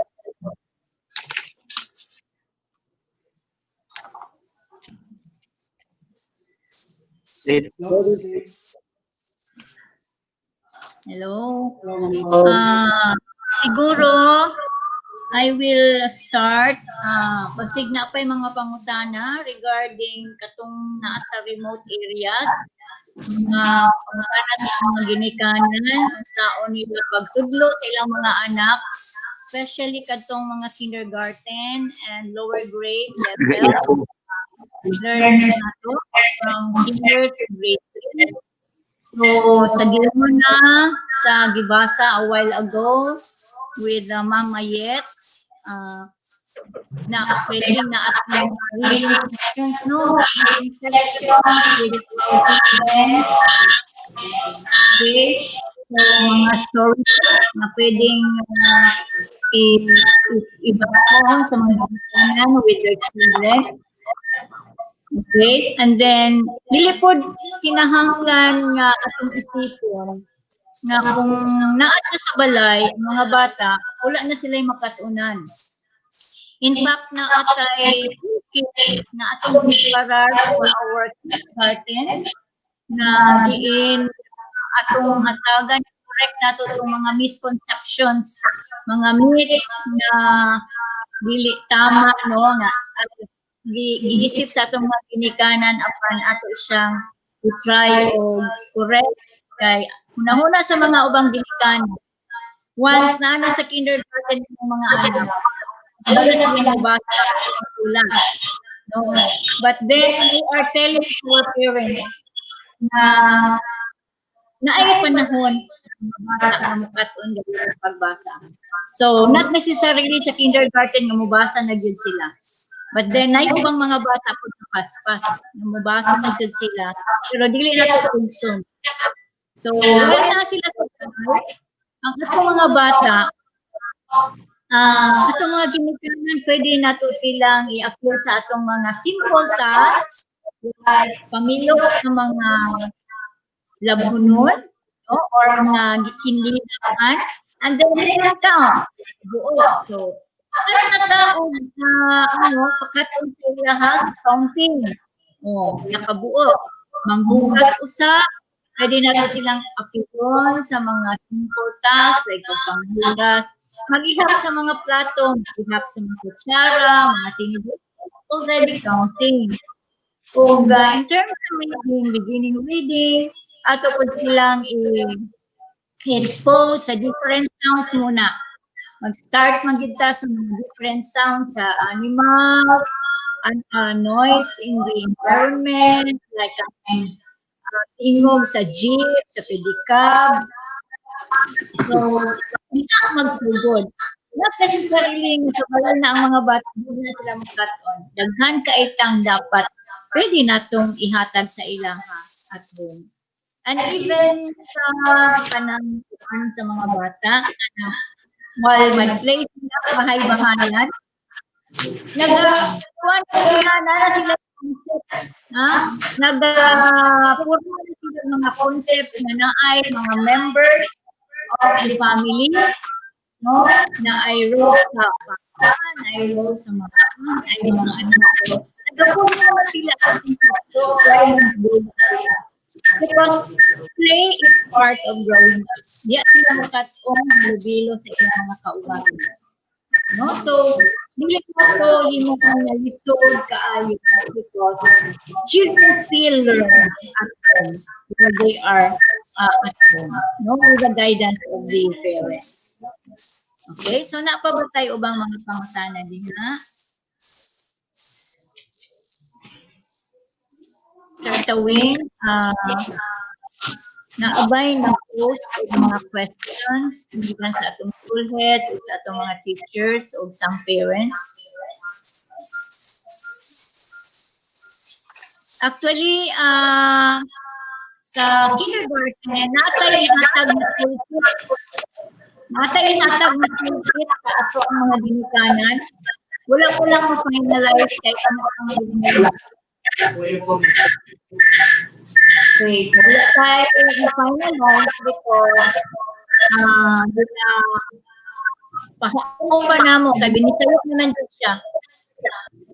So, ato itong i-correct yung mga misconceptions sa itong ginikanan para masayod sila nga pwede dahil mo katon ang bata maskin sa balay, no? So, katong mga ano nato, mga kanang toolkit nato, gikan po na output na sa atong mga kindergarten teachers. Nga amo lang siyang gikumpuni para maging maayos o nya mahatag nato sa mga ginikanan, no? And in this orientation also, maghatag pud mi og e-copy sa atong mga school heads, sa atong mga teachers og e-copy sa handbook. Kaning atong gihatag karon, amo ning ihatag sa atong mga school heads, kaning mga slides ug handbook for the parents, guardians, and the learning facilitators. So, dili man mo magkabalaka because maskin og dili klaro kaayo ang presentation nato because kagahapon man nag-record kami, hinay jud kaayo ang internet. So, nakita na ko sa akong presentation gani ha. Kuan fading ang mga letters, dili siya maklaro, but don't worry because we will be giving you the Google Drive na na dinhitanan ang mga slides o katong i-copy sa handbook for the parents o sa learning facilitators.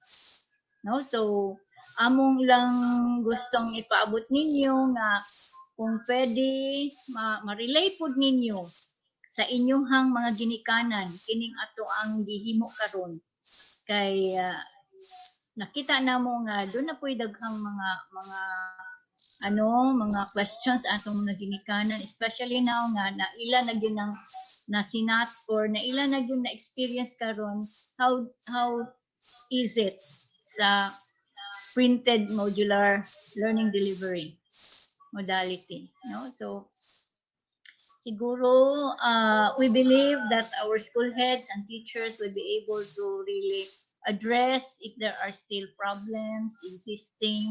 Kinahanglan atong mga teachers, please make yourselves available sa atong mga ginikanan. Please give your numbers and then ihatag kanila. O pwede po atong mga ginikanan no nga musulat dito sa mga teachers nila. Pag-retrieve gani sa mga modules, pwede silang isulat nila kung unsay mga difficulties nila para mabasa sa atong mga teachers ug ma-address pud nila. No? So, you might give time nga mag-meet siguro kung lisod jud kaayo siya ipaagi og sulat. Kinahanglan jud face to face. So, siguro mag-meet or mga 5 lang or 10 ka parents para sa kanang ma-address na to kung sa may mga problema. Siyempre, ang mga health protocols ato jud nang obserbahan strictly, no? So ingon ana na you have to make yourselves available to the parents. Ilabi na karon nga mo pagyud intaw ni ang ilahang pagsinati ni unsa ning distance learning sa atong mga kabataan. No? Okay, so wala na ba yung mga pangutana din ha? Wala na? Wala na yung mga pangutana? Tony, unsa imong ika-add, Sir Tony?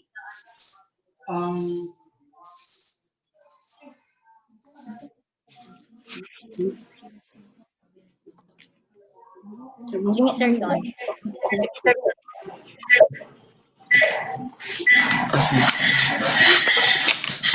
Okay,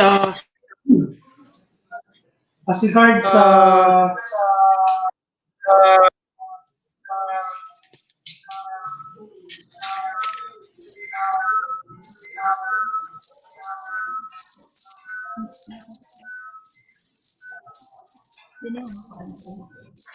okay, there is what called weekly learning plan wherein students just follow the scheduling. In the event that the learners will have difficulty, example in answering the activities, then teachers, the moment that the learners will submit their modules, teachers will be making individual monitoring plan wherein interventions will be considered. So yung teacher po gagawa ng individual monitoring plan sa bawat bata. Lalong-lalo na yung mga nahihirapan. Kung kunwari medyo mahirap yung mga activities, so chances are i-simplify ng teachers, may mga direction na ibibigay ang teachers. Sa mga magagaling naman na bata, walang problema sa individual monitoring plan kasi achieve naman yung purpose, yung goal. Yung ano lang siguro, yung mga bata, pwede silang mag-level up sa mga activities na difficult, then pwede din silang mag-answer sa mga additional tasks na kung saan parang bonus na doon sa mga modules na binibigay. Yun lang po. Thank you, Sir Tony. Si Sir Dudes, basig na apay dugang si Sir Dudes.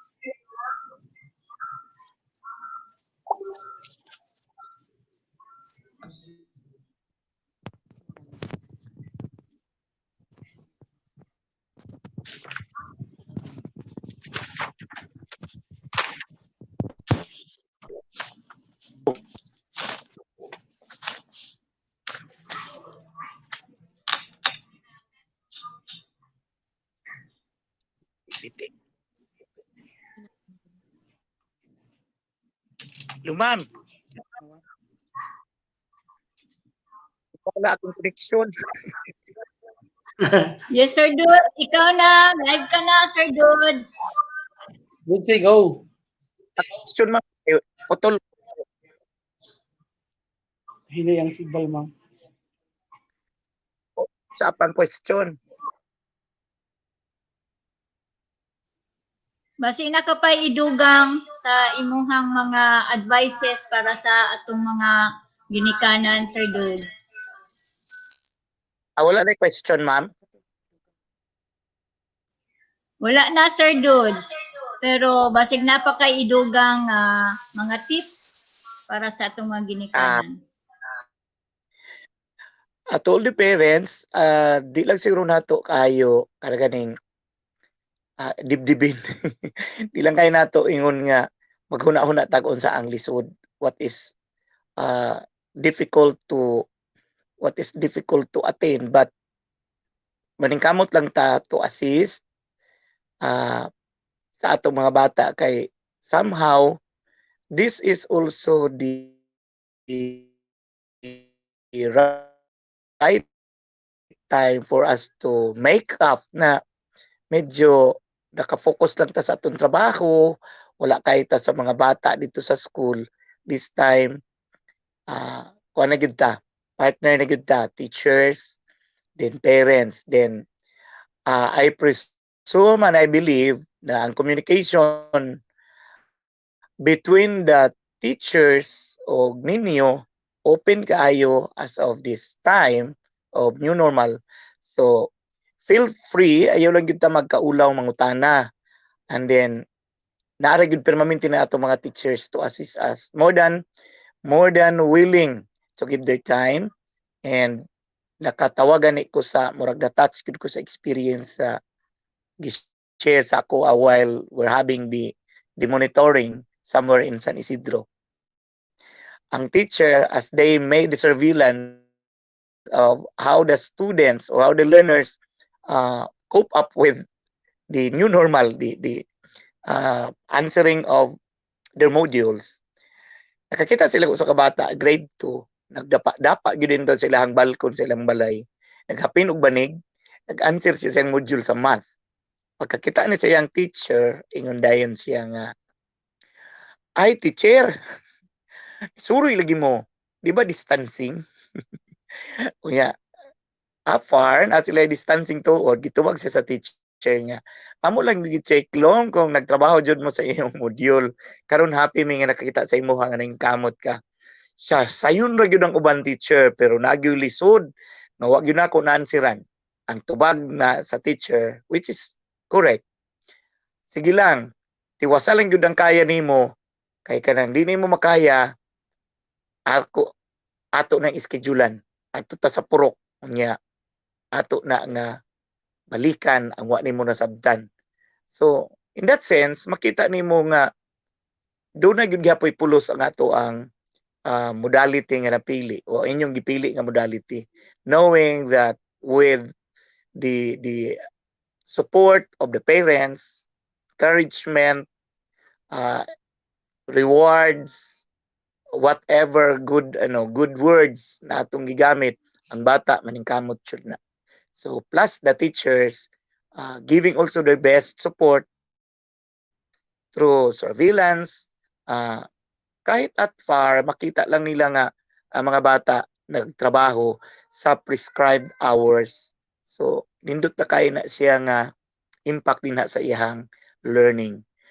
Dili man huge learning each day, dili man dagko jud kaayo, but somehow bisan gagmay basta kanunay inadlaw with the efforts of the parents, the siblings, the relatives, and of course the teachers at the school, administrators, with the barangay officials and all the stakeholders, learning is really possible.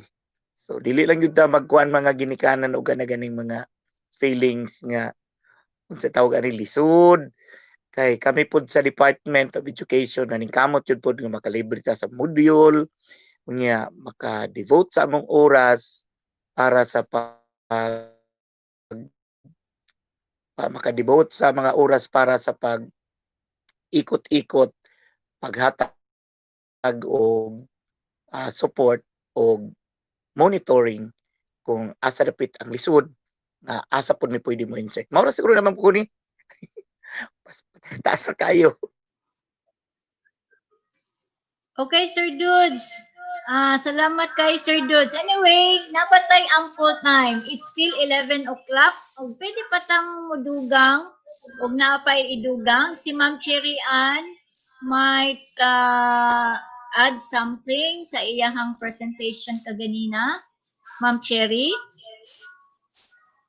Basig na aka pa idugang Ma'am Cherry Ann sa imong presentation kaganina. Napa ba si Ma'am Cherry Ann?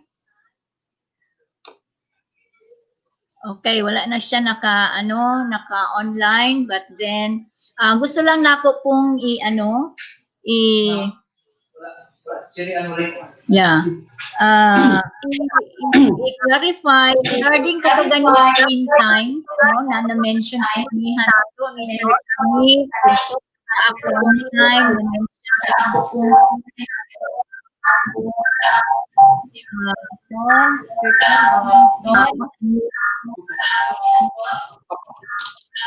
regarding katong screen time, no, sa nga gi-mention kagaganina, kaning screen time nga recommended by the American Academy of Pediatrics, mo na siya ang screen time na allowed gid unta para lang sa mga bata, no, kay mo na siya ang healthy hours lang nga para sa atong kanaganing screen time is their time nakafocus sa gadget, sa computer because children as they are younger dili maayo para sa ilaha nga ma-expose too much to radiation sa mga computers o mga gadgets. Kaya ato itong gi-mention kaganiha sa kindergarten 1 hour lang gani ang ilahang dapat exposure to gadgets, screen time. No, so as they age nagtaas-taas pod ang number of hours like grade 1 to 3 murag 1.5 hours per day lang. No, so kung naka-online sila taman lang jud din ha ang allowable nato. So we have to let our parents understand na dili man gud maayo para sa atong mga kabataan the younger they are na ma-expose sila to mga radiation. But as they grow higher, taas-taas ang edad, mga katong atong mga senior high school, pwede nagtaas-taas, mga 4 hours gani. No? So, dili gyud ato yung pahibaluon atong mga bata nga dili gyud maayo nga kanunay sila nga magagunit anang ilang cellphone. No? So, tutukan nato, i-focus nato ang kaayuhan para sa atong mga anak, kasabot nato sa ilaha, no? Nga mauni ang dapat natong himuon. And then amo pong gusto nga i-mention gyud no. Clarify lang open communication as what has been said by Sir Dudes na open line lang ang atong communication sa atong mga ginikanan because this is the very time that they really need us. Kay karon pag yun taon sila naka-experience ni ini nga ingon gani pa sila kami na day ang magtutudlo ani. So partner yun na to sila, best partner nini nga panahon karon. Kay kung dili ta suportahan sa atong mga ginikanan, mahirapan atong mga learners, no? So kinahanglan ato jud nang ipasabot sa atong mga ginikanan, lalo na katong giingon nato kaganiha nga family code, sila ang mga ginikanan, doon na sila otoridad, doon na sila responsibilidad to support their children. So since naa naman sa balay atong mga kabataan, dili na sila makaadto diri sa eskwelahan, dili nato sila mahatagan og insakto, but through the parents atong mga ginikanan mao gay ato ang mediator sa atong mga kabataan. No, so ingon ana na kinahanglan mo adapta sa new normal setting, but we will try our best nga mo konekta sa atong mga learners through our parents, through the guardians. Kung walay, kung dili kaya sa atong mga ginikanan magtudlo sa ilang mga anak because ang uban basig naa sa ilahang lolo ug lula unya na malisod na pod ang lolo ug lula og basa, dili na makahatag og giya kaayo sa bata, then kung naay kuya or ate or somebody sa community nga makatabang mag-guide sa ato ang mga kabataan. And then, do not forget parents, no, na ipaabot nato, please contact your teachers. Please contact the advisors. The most that you can do is magsulat as kung mag-retrieve na sa module, magsulat para maabot sa atong mga ginikan, sa atong mga teacher advisors, and then for them to address kung unsa pay mga difficulties, kung pwede mag-meeting kadali, no, a few minutes nya in one purok kung unsa pa man ang lisod kaayo. As what Sir Tony has said a while ago, ang pwedeng kung mahirapan ang bata, doon na siya difficulty, no? Kaya naatay mga bata nga nahirapan magbasa, mahirapan mag-count sa math, ug na siya difficulty even sa iyahang mga self-help skills, ato siyang tabangan. So doon na siya individual monitoring plan na himuon sa ato ang teachers para matutukan ang bata. So pwede silang na ay one-on-one siguro once a week, and then the rest of the days dito na sa ilahang balay. No? So ingon anang ato ang himuon, we make ourselves available to our parents. Kay itong mga ginikanan, ginaranas nila ron ang kalisod po din taon. Manginabuhi pa biya po din taon sila. Mangita pa sila silang panginabuhi, and then mugahin pa silang panahon sa ilang mga anak. Then, lalo na kung naay tulo, upat, lima, kabuok mga anak nga ilang mang igay. So, kinanglan jud ato ipaabot sa itong mga ginikanan nga proper scheduling lang yun. And then, katong mga kuya ug ate nga kaya na nila sa ilahang independent studies, pwede mo hatag po silang panahon dito sa ilang mga manghod. No, ana lang na schedule lang yun ug gayra nato atong mga ginikanan. No? Please, mga teachers and mga school heads. So, we will be expecting that you will be relaying all these things to your parents down sa inyong level. It could be, bahala na kamo sa inyo kung by 10, by 20, not more than 20 lang kung gusto ninyo nga mag face-to-face. No? But strict following of the health protocols. No? So with that, kung wala na tayong mga pangutana, murag wala man na mga pangutana sa atong mga parents, atong mga school heads and teachers, pwede na siguro tag mo tapos na ini. So, thank you very much, school heads, teachers, parents who are here. Sir Tony, wala na kayo mga... Okay naman. Salamat. Okay, sir. Okay, sir Dodds, mga closing, pwede mag-prayer, Sir Dodds? Sige po. Okay na, ma'am? Yes. So, thank you again. Mag-start na. So, mag-closing prayer ta through Sir Dodds. Please, Sir Dodds. Okay, let us pray. Amahan nga balaan, tagiya sa mga kinabuhi. Gracious and loving Heavenly Father, this very moment we come today, we praise Thee for the success of our webinar on the roles of the parents and the learning facilitators under new normal. And thank you so much for the gift of life, even for the wisdom which we're able to share to our clients, to our fellow administrators and educators, all the things relevant to the roles of the parents and us educators in the implementation of the DLDM. And we pray that this short presentations help a lot to our principals in sharing the roles of the parents, roles of the teachers to their stakeholders, to the parents, as we will continue implementing the new normal in the Department of Education. Thank you for the gift of life. Thank you for this opportunity and even for the indulgence of everyone. And we praise Thee for providing us all this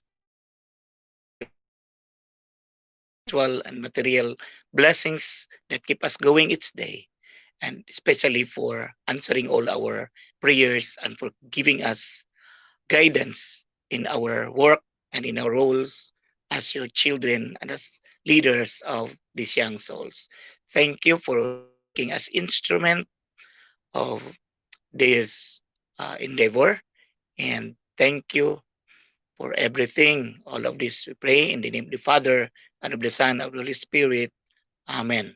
Good day, everyone. Amen. Thank you very much, Sir Dudes. Again, thank you. Thank you, everyone. From the DepEd family of Davao Oriental, we thank you so much. From Sir, in behalf of our SDS, Sir Ronaldo Melgarida, from our ASDS, Ma'am Francis Getty, our CID Chief, Dr. Pilayo, SGOD Chief, Sir Cabanes, from the CID, Curriculum Implementation Division, and from the SGOD family, we thank you so much. Thank you, school heads. Thank you, teachers. Thank you, parents. Again, good noon to everyone. Thank you.